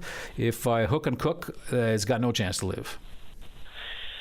Well, to me, for the sake of sport, taking an animal and playing it out, and that for the sake of satisfaction there, I just think the whole thing stinks. Anyway, I want to go on to a thing. Have you heard of the concept of continental drying that's come out lately? Not really, and I've only got about a minute and a bit, so give it to me. Okay. A recent scientific study has shown that all the overuse of groundwater that we do on continents is threatening the availability of fresh water. But all that water, basically, with following the water cycle, goes into the oceans. And they're saying that the level of ocean rise because of this continental drying, because of all this overuse, is actually equal to the melting of ice caps and the raising of water levels. So I thought that this is a recent study, scientific journal, and they take the data from NASA satellites and so on. Right. So this is I've been studying climate change for about 4 decades. This is kind of a new wrinkle in that story, and a very important wrinkle, because if we lack fresh water, we can't grow crops, Right. or the prices increase drastically, and there's a lot of other things because of the lack of fresh water as well as. Absolutely. So what? Anyway, just thought I'd throw that in there. What do I need to Google to look this up and try to understand it better, Charlie? What's it called? If you Google, it's called a redirection of the planet's total water. Redirection. And it's continental drying they're talking about. Okay. So I think if you and the journal I thought I made a note. Oh, I think continental drawing will probably get me where I need to go. Listen, Charlie, appreciate you calling. I got to move things along. Thanks a lot. Okay, thank you. All right, Bye. take it easy, and we'll be back in just a few minutes.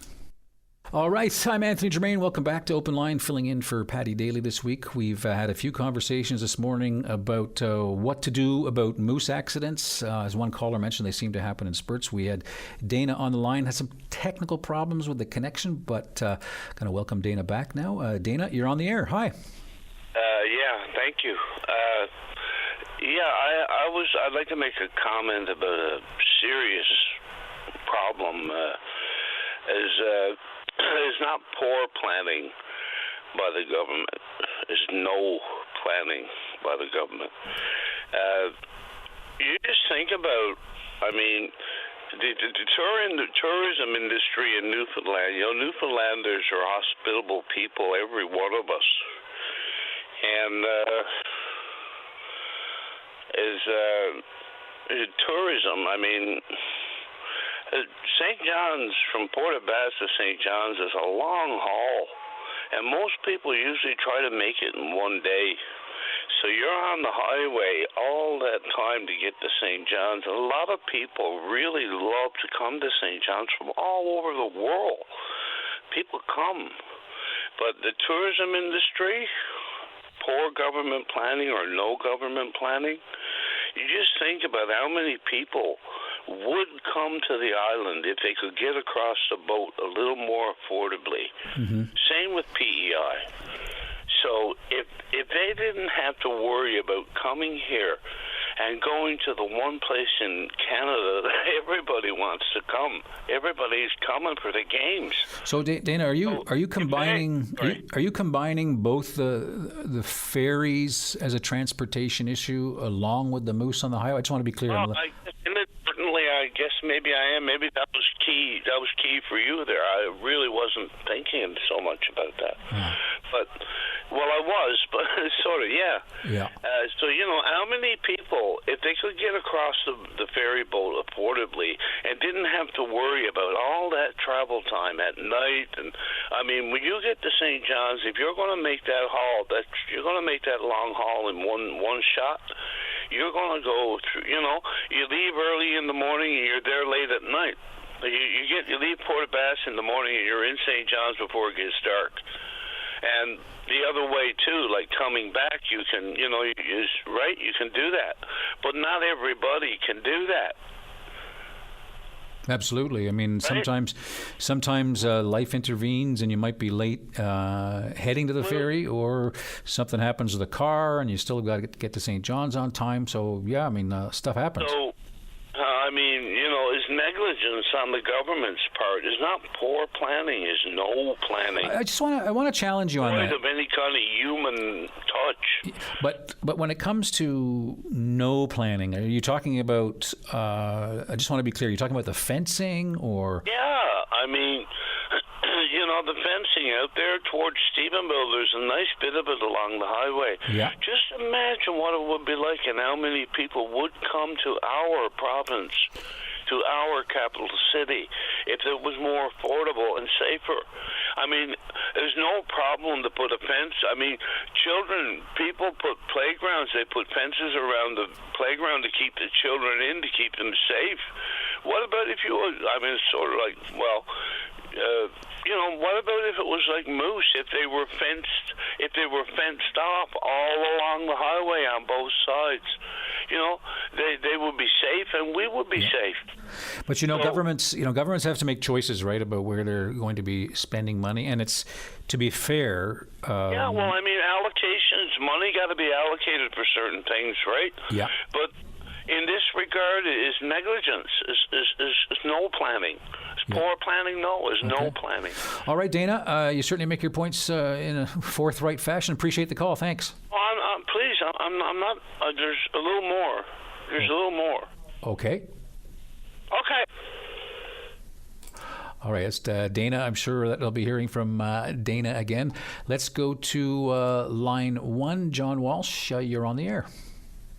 Good morning, Anthony. How you doing? Very well, very well. I suspect I know what you want to talk about. Yes, I'm calling mainly because the regatta has been moved a week earlier this year due to accommodating the Canada Games. Yep.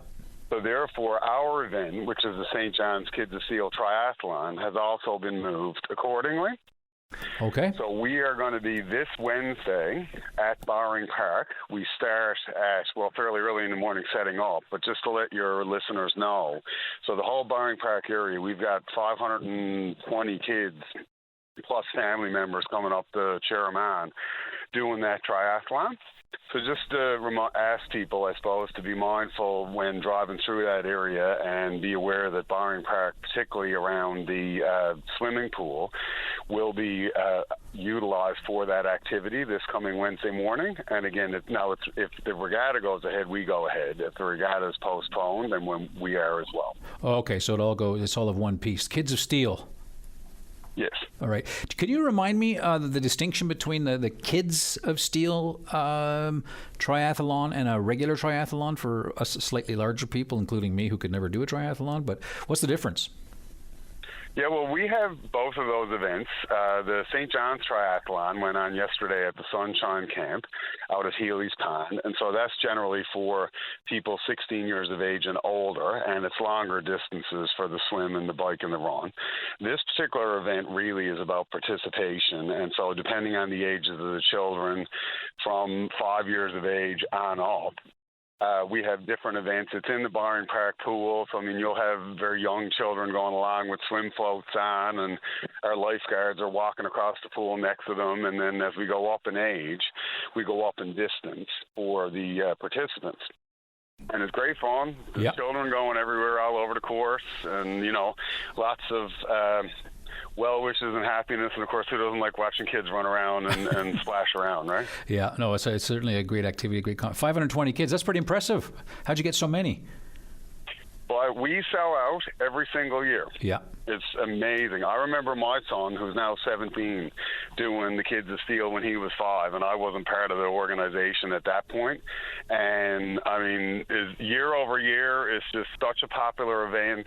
We make an effort to make it fun and encouraging, I suppose, competitive for the kids. And every year, we certainly seem to be successful at that, based on the turnout, right? Yeah. And if we could, I would suspect we'd probably be able to have 1,000 kids. Wow. But obviously, there's limits, right? Right. But fantastic event, and certainly, I just wanted to make the general public aware of that. Yeah. Just because of the shift in Regatta Day in particular. Well, it's good for you to call and make sure people remember, because of course, kids do love it when there's people cheering on the sidelines as they run through something as fantastic and as ambitious as a triathlon. So appreciate that. Just a quick question: did your son does he do the big boys triathlon now? Oh, yes, he did the big boys triathlon yesterday right alongside me, and I'm happy to say that even though I'm 35 years older, I beat him by a hair. Now we know the real reason you phoned in. It was to brag about beating your son. Oh, listen, in his terms, I wasn't allowed to flex, right? So I said, well... The other thing I wanted to mention before you go... Yeah, got to go quickly here. ...is at Capital Subaru this afternoon from 3:30 to 6:30. Okay, 3:30 to 6:30, Capital Subaru. Okay, great. Listen, John, thanks a lot for calling. Thank you very much. Have a great day. All right, time for the news. Back after that. You're listening to a rebroadcast of VOCM Open Line. Have your say by calling 709-273-5211 or 1-888-590-8626 and listen live weekday mornings at 9 a.m. All right, final hour of the show. I'm Anthony Germain, filling in for Patty Daly. The numbers to call here in Metro 709-273-5211. Going to be talking a little bit about the recreational food fishery, which is something I wanted to actually discuss in a moment. Toll free, right across the province, 1-888-590-8626. So we'll get that in just a bit. Mark Carney, the Prime Minister, at this hour in Prince Edward Island, apparently to announce new measures to lower costs for Canadians, for islanders, the other islanders, that's the Confederation Bridge, but people on this island, anticipating and hoping that there'll be some clarity on the promise to reduce the costs of ferries from North Sydney. So we'll keep our eyes on that. And of course, VOCM News will have all of the news about that as it develops. Now, when I was brought in here, I listened to the show and I hear Patty talk about this Dave Williams character, who's kind of a bit of a legend here, I think, in VOCM. I'm looking across the glass and I see this guy and I'm thinking, is he 15? And then I realized, okay, no, that's not Dave. There's another guy there, and the guy who was there is Drew Feltham, grade 10 student from Mount Pearl Senior High. And I figured, okay, I got a young guy. We always like encouraging younger listeners in this radio biz, and so I've invited Drew to come into the studio on this side of the glass. What the heck are you doing here? I'm doing an internship. I had the tour on Friday. Oh, yeah? And I was just like a kid in a candy store coming around looking at all the facility and all the studios and stuff. So I'm here today, tomorrow, a couple weeks' time, just going to be hanging out around, shadowing other people. Oh, good for you. That's fantastic. So I mentioned grade 10. Are you drawn towards broadcasting? I am, yeah. I sort of had the passion starting in grade 6. I'm heading to grade 10 now. But yeah, I always had the passion for it. I originally was I loved hockey, loved the sport. Never got the chance to play as a kid, and I always kind of wanted to get involved. And so broadcasting was kind of the thing for me. So I did a bit of play-by-play for a couple tournaments, couple games around the city. It's a lot of fun. And yeah, it is. It's a lot of fun being around a bunch of cool people too. So I realized earlier in this year that radio is in the same field, same job field as like the play-by-play broadcasting. Yeah. So decided to send out a bunch of emails, and I feel like VOCM was the right place to do this internship. Okay, they invited you in for the internship. That's fabulous. I mean, I can tell you the local radio, they've been predicting the demise of local radio for a very, very long time. And with podcasting, obviously audio is a fascinating kind of new era that we're in with podcasts and live radio and all that. What do you hope to do? The goal is play-by-play. Sports guy. Yeah, so the goal is maybe make like Sportsnet, TSN, all those big radio names. But yeah, that's the goal. But if that goal can't happen, maybe radio could be a thing for me. Hey, listen, anything you can do, and one piece of advice for you is you have to be good at it all nowadays, right? You got to be good on radio, you got to be good on writing, photography, TV, and you're a young, svelte, slim man, so TV is going to love you. So let's say you don't make it to TSN or sports. Would you do this? Do open line? Absolutely, yeah. It's been really cool. I mean, I grew up at my Nan and Pop's house just listening to Patty Daly every morning. They'd play him on the TV, and I'd just wake up and I'd come in the living room, and his voice would be on the TV, and I'd just listen into it since I feel like since I've been born, and that's how it's been every morning. Well, I hope that Patty's listening, so he realizes who's competing for this chair. I'm only here for a week, and you've got many more years ahead of you than I do. So listen, all the best. Feltham, are you a Glovertown Feltham? I am. Yeah, that's where my grandparents are from. I had a feeling there's so many Felthams in Glovertown. Yeah. Do you get there much? Yeah, I've been there out already this summer. Decided to go around, and I'm going back later on this summer. I usually go 2 times a summer, maybe a couple times in the regular season. Beautiful place, the Eastport Peninsula. I'm completely biased. Listen, Drew, great to meet you, and I look forward to seeing you in the coming days, as I know you're still going to be on the internship. So thanks for agreeing to pop in. Yeah, thanks for the time. All right. As Drew Feltham, who knows, you might be hearing him on VOCM in the very, very near future. Now, I mentioned the recreational food fishery. So I'm kind of blessed because I get to go out, and I am biased, Bonavista Vista Bay. I've got 2 friends, Gumby from Gander, Gumby, and Eve Feltham actually. And Eve and Gumby take me out fishing, and they took me out a couple, not that long ago, actually, and got great fish. And Eve, as usual, has the bragging rights for having caught the largest fish. And I know whenever the recreational food fishery enters a discussion, there's always issues having to do with when you can fish, when you can't fish, and, of course, the weather. And with that in mind, I'm going to welcome John from CBS on the show. Let's go to line 2. John, you're on the air. Good day, sir, and thank you very much for taking my call. Our pleasure. I just want to, again, add to what you just finished with by saying, today is a day here in CBS where, in my mind, as a person who's involved with the recreational food fishery, it's really not a safe day for me this morning with the winds and so on to get out on the water. And I do recognize, of course, different bays around Newfoundland and Labrador may well be protected and be fine today, but there are also places that are worse off than where I am. So, the weather, the tides, everything, it's hit or miss in terms of trying to align times when you can fish with the actual dates that are prescribed. And, this is not the first time this has happened for me or for others of my friends during the recreational food fishery. And I'm sure there are viewers out or listeners that would say things like, well, you can always anchor off in high wind, but even those kinds of things represent, things that if it's not done properly, can be a safety risk if you're out in higher seas and trying to anchor off to fish. So I guess my call here today is just a short reminder to the people who are making the decisions around the recreational food fishery. It's very difficult to understand right now how people are thinking in terms of they must believe that the weather will always cooperate with the dates they've selected. And also, when you're just a general citizen and you're looking at things like other parts of Canada can fish throughout the year and the quotas for Newfoundland and Labrador fishery have been increased, it's very difficult for me to understand as a person getting my fish for the table why I can't be out on days when the weather is suitable. Yeah. In other words, have a choice, So and I just wanted to call and talk about that. Yeah, no, and you raise an excellent point, and certainly I've been wharf side on those days where people thought, be like 7 o'clock in the morning, they think they're going to be heading out and, catch a few fish, and they get there and skipper says, listen, boys, it's just way too windy, we're not going to go. And the level of disappointment is profound. And if it's a Monday, that means we're not going till Saturday, right? Right. And the cod fishery, there's more to it than just the whole idea of, somebody trying to get out every single day. I mean, we have a generation. You just mentioned here you had some young man in there interning in radio. Drew. Well, yeah. I have people who are quote unquote interning in fishing. The young kids that we bring out and the families that are from different places that come out and enjoy a day on the water.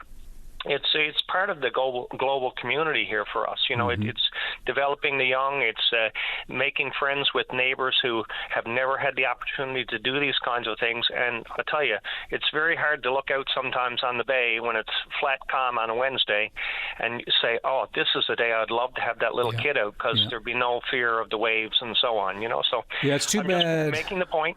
Yes, it's too bad there's not a way to have almost like a rain check. We couldn't go. Well, so exactly. I mean, the problem is if you try to do it on the honor system, there'd be no doubt that some people would go both days. Say, oh no, we didn't go on Saturday, so we're going now on Wednesday. It's a tough one, but I hear. And I got to say, the other side of it is tourism, right? I mean, I've seen some people from Canada, the United States, some family members included recently, and I'll tell you, when they get to go and catch a cod and fry it up, 20 minutes after they caught it, that's a tourism experience that few people get. And when they start talking about that, word of mouth is valuable. Absolutely. And I think, too, the point is worth making that let's just say that we had the opportunity to fish every day of the summer, as an example. I don't think if that opportunity was there that every Newfoundlander and Labradorian would be out every single day trying to get a maximum of fish. There's only so many fish you want to have to eat and so on. You know what I mean? I think if the days were there, people would look out on a day where it's, a bit suspect and say, no, I'm not going today. Yeah. And thereby you're ensuring the safety of yourself and others in the boat. You're not putting people like Coast Guard at risk who have to go out at sea in rough conditions to try and rescue people who have made a wrong decision. And so I think if the choice was there, I still think people would only take a certain amount of cod and then be done with the season. You know? I hope you're right. Anyway, John, you raise a very good point. And listen, I hope all the best, and thank you. Yeah, I hope you catch. Thank you for taking my call. Yeah, I hope you get some cod in the coming weekend. All right, all the best. Thank you. Bye-bye. Whether you want to talk about the cod fishery or whatever else is on your mind, please do that. And I just want to mention my Newfoundland-born sister-in-law came to visit recently, took her out salvage and fishing, and she brought along her mother-in-law, who's from Australia originally, and she caught her first cod. We cooked it up, and as she put that first mouthful of a delicious cod fillet in her mouth, she said, "This is the freshest, best fish I have ever tasted." Back after the break. Welcome back. I'm Anthony Germain, filling in for Patty Daly. The numbers to call, 709-273-5211 here in Metro. Toll free right across the province, 1-888-590-8626. I got an email from somebody who doesn't want me to use their name or come on the air, unfortunately, but it has to do with one of the topics we've covered on the show today, and that has to do with some of the water issues. 2 interviews that we did and 2 conversations earlier had to do with the lack of rainfall, particularly in Central and Terra Nova, as well as in the Gander area. And this person points out that I did mention off the top of the show there are a number of boil orders in the province. I think last time I checked, it's like 180 or something. Now, some of those are really old, but what this person pointed out to me is that some places have boil orders that haven't had them, and that places that have had them are having them longer. So if you're a boil order person, you want to talk about water in your community, do give me a call. That's one topic. The other, the regatta, which talked about a bit earlier. Here it is, Wednesday. Right now, long-term weather forecast looks pretty good for you regatta roulette players. What does the regatta mean to you? Well, either as a rower or some of the hundreds, thousands of people who actually gather around the pond. I'd like to hear what you think about the regatta now that we're into the second century of that incredible event. And another topic which still is percolating, provincial politics and the bonus for ministers, which Premier John Hogan decided to axe. That topic certainly still a hot one. We're going to take caller on line 4. Adam, you are on the air. Hello, Anthony. How are you? Very well, very well. What do you want to talk? I think I know what you want to talk about, but take it away. Yeah, so I wanted to talk a bit about this minister departure allowance that was found out and then cancelled. The Premier Hogan maintains the standpoint that he didn't know about it, and when he found out about it, he cancelled it right away, which was a good thing to do. But I mean, as far as I'm concerned, there's only 2 ways of looking at that. I mean, if he actually didn't know, I mean, that's tens of thousands of dollars that could potentially be owed to the ministers in his cabinet. If he actually didn't know about that, then that is ridiculous, and he should have known about it. I don't believe that he didn't know about it. I believe that this all happened, and then once the public found out about it, he came out and said that he's getting rid of it. And I mean, the allowance, I read that the allowance is up to like $48,000 is the potential payout for some of these ministers. Jerry Byrne was on there saying, now, I mean, nobody can say what he recalls or doesn't recall, so, I mean, there's not really a conversation to be had about that, but I don't believe that either, that he doesn't recall anything happening with that conversation. I mean, it's really hard for me to believe that with all of these cabinet ministers who are resigning over the last few weeks, it's really hard to believe that they're not just kind of taking the money and running. I mean, Jerry Byrne has been in politics for 33 years, so I would imagine that he is one of the people who would be eligible for that up to $48,000 payout, and he just resigned. Yeah. So, I mean, I think he saw this enormous chunk of money after 33 years in politics. He could take the annual salary of some people in Newfoundland and just resign and take it and go off and do whatever he wants. So I don't believe it for one second that Jerry Byrne or Premier Hogan or anybody like that didn't know about this. That's just ridiculous.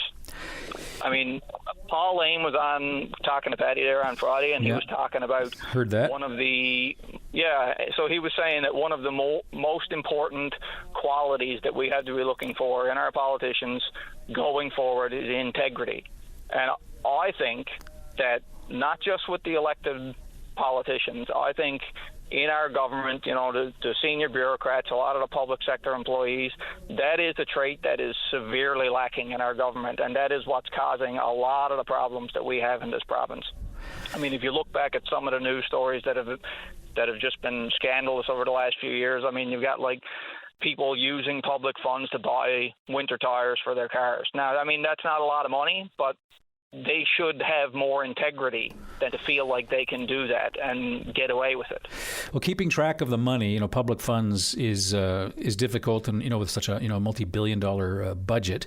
But when it's the people who actually are entrusted to actually keep an eye and come up with budgets and on the spending, I guess you raised some questions there where I think so many people's eyebrows are kind of raising. Who knew what, when, where?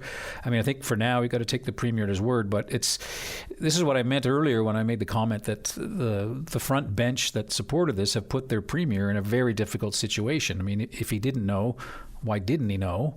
And that's a difficult question to answer. Why didn't I know? And what else should the Premier know? And so they put him in a ridiculous situation, where I think in a very difficult situation, and the opposition is not going to let this go for the very reasons that you've raised. But I think Jerry Byrne did raise one interesting point, though. Is like how do we get, everybody does get a raise every now and then, and I think this notion of some kind of independent all-party commission that's sort of separate is the only way to go. And I say that because when you're in government, you don't want to do it because well, up until now apparently, you don't want to do it because you're going to pay a political price, and when you're in opposition, you're obviously going to be against it.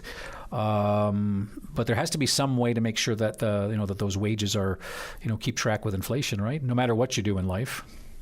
Yeah, and I agree with that. I mean, I think that those are two separate topics. I mean, if you just ignore MHA's salaries, then we get what we just had last year. The MHAs didn't receive a wage increase for like 8 years or something, and then they were debating over whether or not they should get a $25,000 raise, right? Which sounds outrageous, and everybody's mad about that. So I think, the same as a privately employed individual gets a salary review on an annual basis. That's the way that should go. But I mean, this minister departure allowance is not that, and then we can take, it's up to individuals to take Premier Hogan or Jerry Byrne or anybody else at their word or not. Fair enough. But I mean, the main problem with all of this, as I see it, is that all of this happened not in public.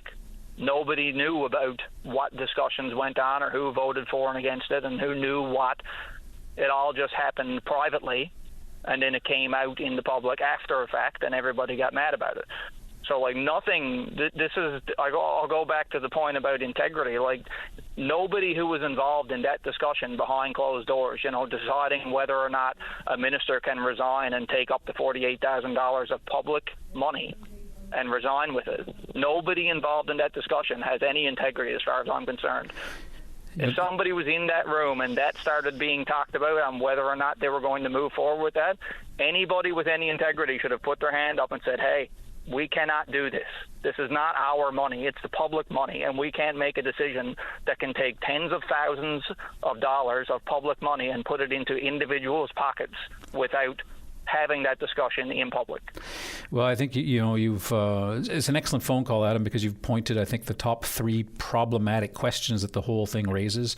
It being in secret, and then being told we can't tell you what happened in secret because what happens in there is secret. I think, a lot of people say, well, a lot of questions and not a lot of answers. So I don't really go for it. But, I'll give you like a political example of this in Ottawa. So for years, no prime minister wanted to fix 24 Sussex Drive, right? Because if you're in power, say, we're going to spend a couple of million to fix the prime minister's residence, then you're going to pay a political price at the polls. So year after year, term after term, prime ministers did nothing. And then the place turns in, what is a historic building, turns into like a rat-infested hole because nobody wanted to do it, right? And we definitely have to find some, better ways to decide whether people deserve bonuses. But certainly a bunch of people gathering around a secret meeting trying to do this this on the sly is not the normal way of doing things politically, especially in an election year. So we'll see what comes of this. But I get the feeling that people still have a lot of questions, and it'll be up to the government to provide those answers, or let the voters decide come election day. Yeah, well, hopefully we get some answers, because, I mean, the two words that are most misused in politics are transparency and accountability. Everybody claims to have it, but we never see any evidence of it. So I think it's about time for some transparency and accountability to be present in our government, and actually start showing the public what they're doing with our money and what they're doing to try to make things better for us. All right. Listen, Adam, really appreciate your time and the precision of your remarks. Thanks a lot. Yeah, thanks. All right. Adam Furlong. Now, listen, we got half an hour left in the show, which has just flown right by. I hope you'll give us a call, whether you want to talk about ministerial bonuses, the recreational fishery, or anything that's on your mind. Give us a call right after the break. The Tim Powers Show. Join the conversation weekday afternoons at 4 p.m. on your VOCM. I'm Anthony Germain. Can't believe how fast this show has flown by. 3-hour show, and here we are, only 25 minutes left, so we'll try to get to calls as soon as possible. One of the stories of the news, of course, Memorial University going through some difficulties with budget cuts, $20 million. And I have to say, I was a bit surprised to see that the Harris Center was in the sights of the cuts. If you're a journalist, and I think if you're a concerned citizen, the Harris Center always seemed to me to be one of those organizations which provided a lot of information about data about demographics, how people move around from the Bay to town, and the population decrease and the movement of people, the economic viability of certain small communities, all of these kinds of things. So it struck me as important that the Harris Center wasn't going to continue to be. Now, apparently, I'm wrong about that. Vital Signs, if you ever checked out that report, I thought in terms of getting really good, reliable data about what's happening in and around the rural parts of the province, it was a really valuable document that came out, giving you all kinds of interesting information. But perhaps Vital Signs actually is not going to be done in by these budget cuts. Nicole Daw is with the Community Foundation of NL, and Nicole joins me now live on the air. Hello there. Hi, Anthony. How are you? Very well. So I don't have to worry about Vital Signs being a thing of the past? No, you don't have to be. Vital Signs is actually the Canada's largest community-driven data program. So it's really led by the Community Foundations of Canada, and then ourselves as a community foundation in this province, in partnership with the Harris Center for the last 10 years. We've helped NL Vital Signs to come into being here, so you don't have to worry about Vital Signs moving anywhere. Okay, so what was the relationship in terms of how you got? Because I've always been impressed with, especially with the graphics of the document, because sometimes graphics can explain a lot of numbers in a fairly easy way. What was the relationship between the two to actually make that thing happen? Yeah, 100%. So first, we found out the same as everyone else last week about what's happening with the Harris Center, and I think it's just a really large loss for the province. The staff there, just again, as you kind of were just alluding to, the way that they're able to take a lot of data and information, and sometimes Statistics Canada information, especially as you get outside the kind of urban areas, are not quite as reliable in the way that they were able to take that information and other data and really make it meaningful for making decisions in the province was, just really remarkable. And I think something I know we are really going to miss, and I think everyone is going to miss. So I want to make sure I acknowledge that, because there was a lot with the data that they really supported on. Go ahead. Yeah, that just leads into my question. Obviously, I'm delighted, I'm sure a lot of people are, that Vital Signs not going anywhere, but I'm assuming that the Harris Center is part of the reason Vital Signs was so good. Yeah, I agree. They were a really, again, vital partner as part of NL Vital Signs. And we are fortunate to have other partners also in our community. Vital Signs is one part of our community knowledge. Again, as a community foundation, we spend a lot of our time really inspiring giving and connecting a lot of financial or other resources with communities and community leaders across the province. And so sometimes when we have these gaps in knowledge, we step into those too in terms of the community knowledge work we do. Vital Signs has been a really big part of that, but I know last week we released a report on community housing in the province, and again, we're able to work with other partners to kind of garner the data that we needed and to make, I think, a really compelling visual storytelling again around data for the province. So we're going to definitely miss the Harris Centre, and we have other partners that we're able to leverage in the province. And also the Community Foundations of Canada has support kind of nationally that they're able to provide for it, which we haven't had to use as much to date because we've had the Harris Centre, but we do have other supports there too. Now, I know, Robert Greenwood, I think I need more than two hands to count the number of times I interviewed him about things from the Harris Centre and particularly Vital Signs. I mean, he must be despondent about this, as are, I'm sure, many people who were attached to the Harris. I know he's moved on into government, but I'm sure people must be very unhappy with the decision.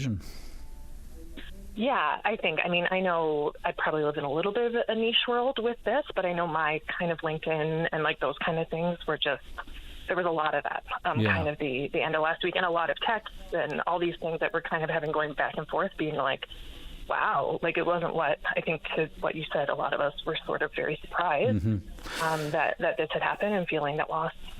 All right, Nicole, obviously a bittersweet phone call. Glad to hear that Vital Signs is going to continue to exist, but obviously with the Harris Centre, a lot of people still absorbing the fact that that entity is no longer going to be with us. Appreciate your time. Thanks a lot, and good luck with the future.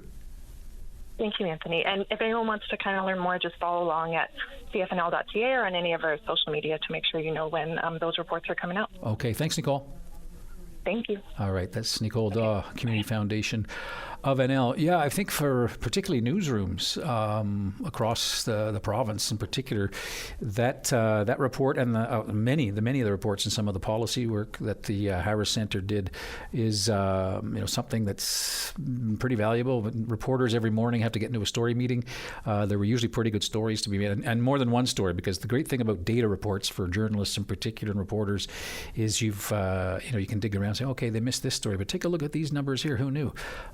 So anyhow, we'll see what happens with that. If you want to weigh in on that, of course, give us a call here in St. John, 709-273-5211. Again, here in town, 709-273-5211 about that topic or any topic that's on your mind.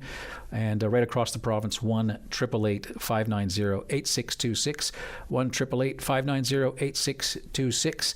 Spoken about the regatta, of course, a bit of history being made. This is one of those years where there's going to be an asterisk in the history books, right? Not the first Wednesday of August, but the last Wednesday of July, to make room for the coordination with the Canada Games. I'm going to talk about the regatta now with Dave on line one. Hi, Dave. Hi, Anthony. How are you this morning? Very, very well. How about you? Y'all excited about regatta? Well, that's what I'm calling about. It seems like the excitement of the rowing part of the regatta has really dwindled. Like, we have something like 8 men's crews, as compared to years ago there'd be 50 and 60 crews. But a lot of it, I believe, in my opinion, it's the regatta committees now, apparently, to register a crew there now, it's over $2,000. And to the detriment of the old time rowers, the retired rowers, they have barred off around the boathouse, the wharf area, which was a gathering place for fellas like myself who have rowed over 30 years. And the excitement of the sport, it seems to be really dwindling. The women have really stepped up and really kept the regatta going, because without them, there would hardly be a day of the regatta, of the races. And, the boathouse area was the hub of the regatta. Everyone met there. It was the excitement. The crews would come, and the families could be there to wish their family members who rowed, to cheer them on. And the same way when they came in, and like the championship races, when the media would be there to, chase the crews and down around the boats, and it was just, there's no comparison to what the regatta was as compared to what it is now, in my honest opinion. Well, you stated very well. It sounds to me, though, Dave, like you have some really great memories of the regatta. Oh, my God. Regatta Day for me and for our family was almost as good as Christmas, to be quite honest. And, like, we would save up our money to go to the regatta. It was... and like now the concessionaires, like the regatta committee, is really after favoring is probably not the right word, but and there's nothing wrong with concessions, but I mean there's a place for them and a place for the sport. So I mean, what does that take? There's 8 crews, and there's no midget races, there's no juvenile races, so there's something gone wrong somewhere. Dave, I have to get to the break, but I do want to ask you one quick question. Do you have, I gather you've been going, or you had been going to the regatta every year for many, do you have one particular regatta year or memory or moment that really stands out in your mind? Most definite. Please share it. My nephew, Brent Hickey, and his father, the coach, Bert Hickey, when they rode the 8:51 with the breaking the record twice that day, and without a doubt, it's the most memorable ever. This would be pretty hard to forget. Listen, I'm glad you called. You raised a point. Interesting. I wonder what other people think about $2,000 being too high a bar. Maybe that explains why there are many fewer crews. Appreciate you calling. Thanks, Dave.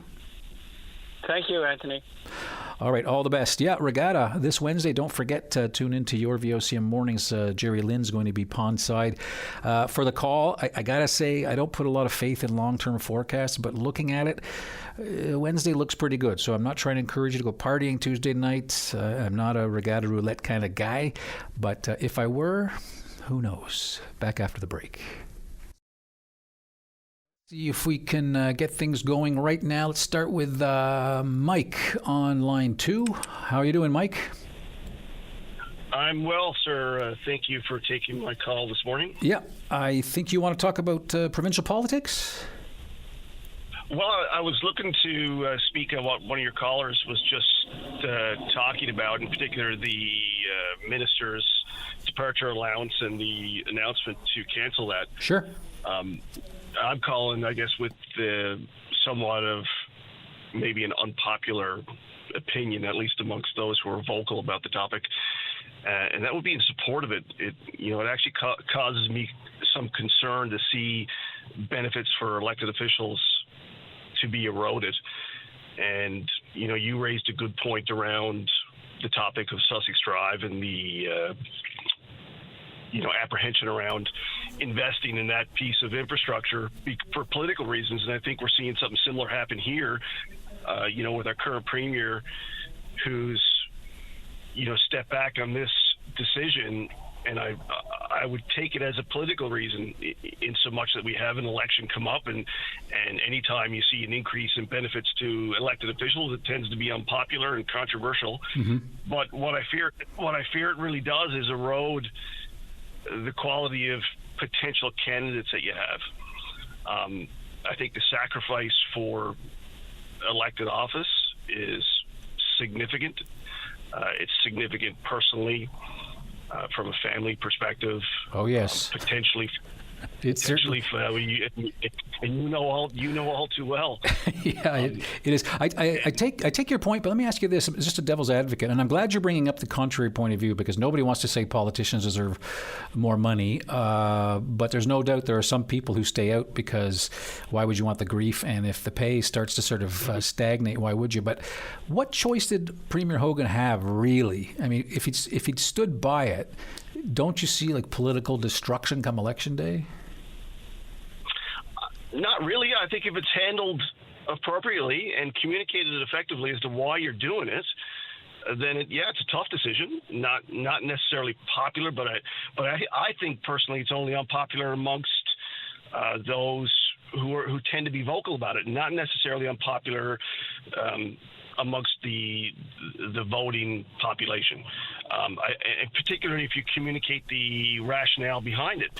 We want highly qualified, diversified candidates. I want to see people with legal backgrounds, with business acumen, different professional backgrounds, whether it be in media, and these are all relatively high-paying positions and backgrounds. Not all of them, and we don't want a house full of lawyers or a house full of doctors, but we want that mix. Yeah. And when there's an expectation with somebody with that professional background to potentially make a massive sacrifice, step out of the employment world, open themselves up publicly, and altruism will only take you so far. True. I think the job has to be remunerated appropriately. And I think, in fairness, Mike, had they articulated what you have just said in a more public way, I don't think the Premier would be facing the dilemma that he has right now. I got to move things along, but I really appreciate the call, Mike. Thank you. For sure. Thank you. All the best. All right, and to you. All right, winding things down, I think we should be able to get at least one more call on. If unfortunately, let's go to Pam Party on line 5. Pam, you're on the air. How are you today? I'm very well. Yourself? I'm very well. I wanted to comment on some news that I heard first on VOCM. Good. And that's all about the Marine Atlantic ferries. Okay, did Carney say something in Charlottetown?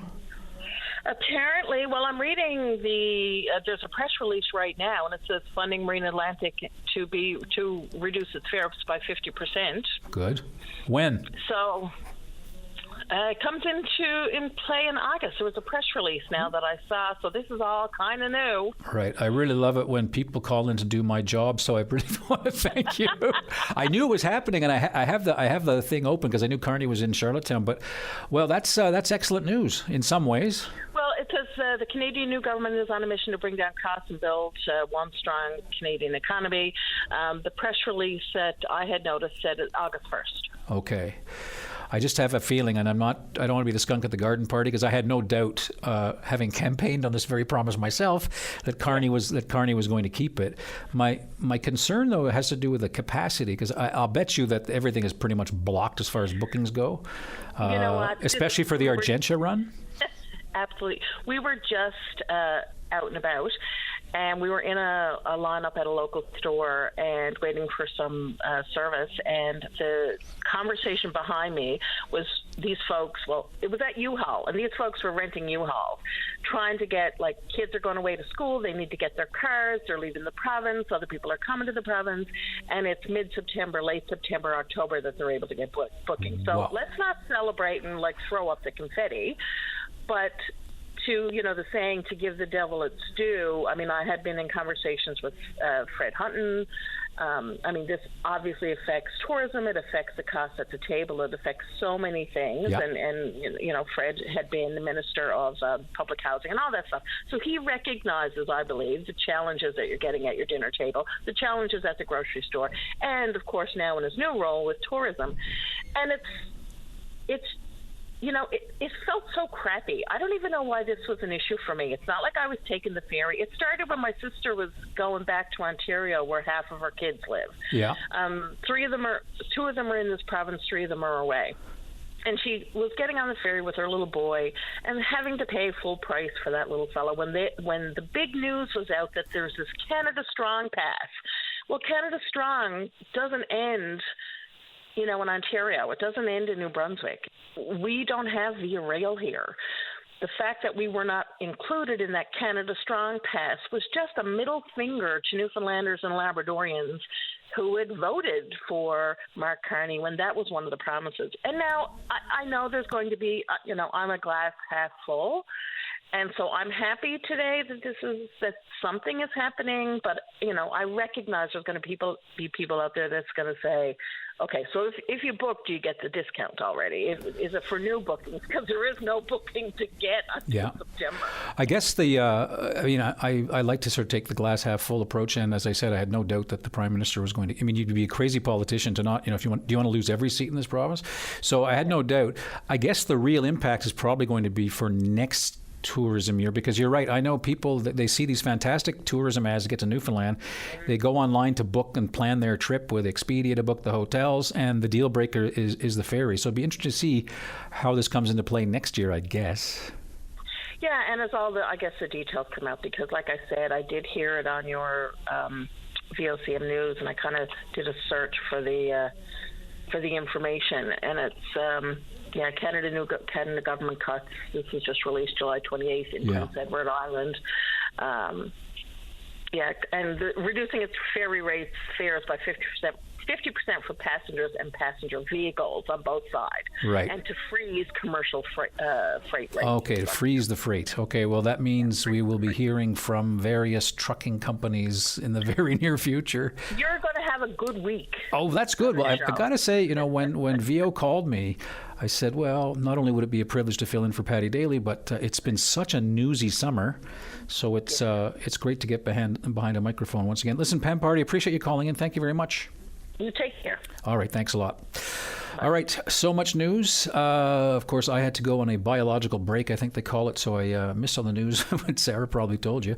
But excellent news, of course, ferries, something we can pursue once again tomorrow. There'll be many angles and many other stories. I want to thank Dave Williams for holding my hand and preventing any train wrecks from happening and getting me past the finish line just about. And so far, I don't see any hooks taking me out of here, so I'm going to say goodbye for today, this Monday, and look forward to doing this again tomorrow. See you then.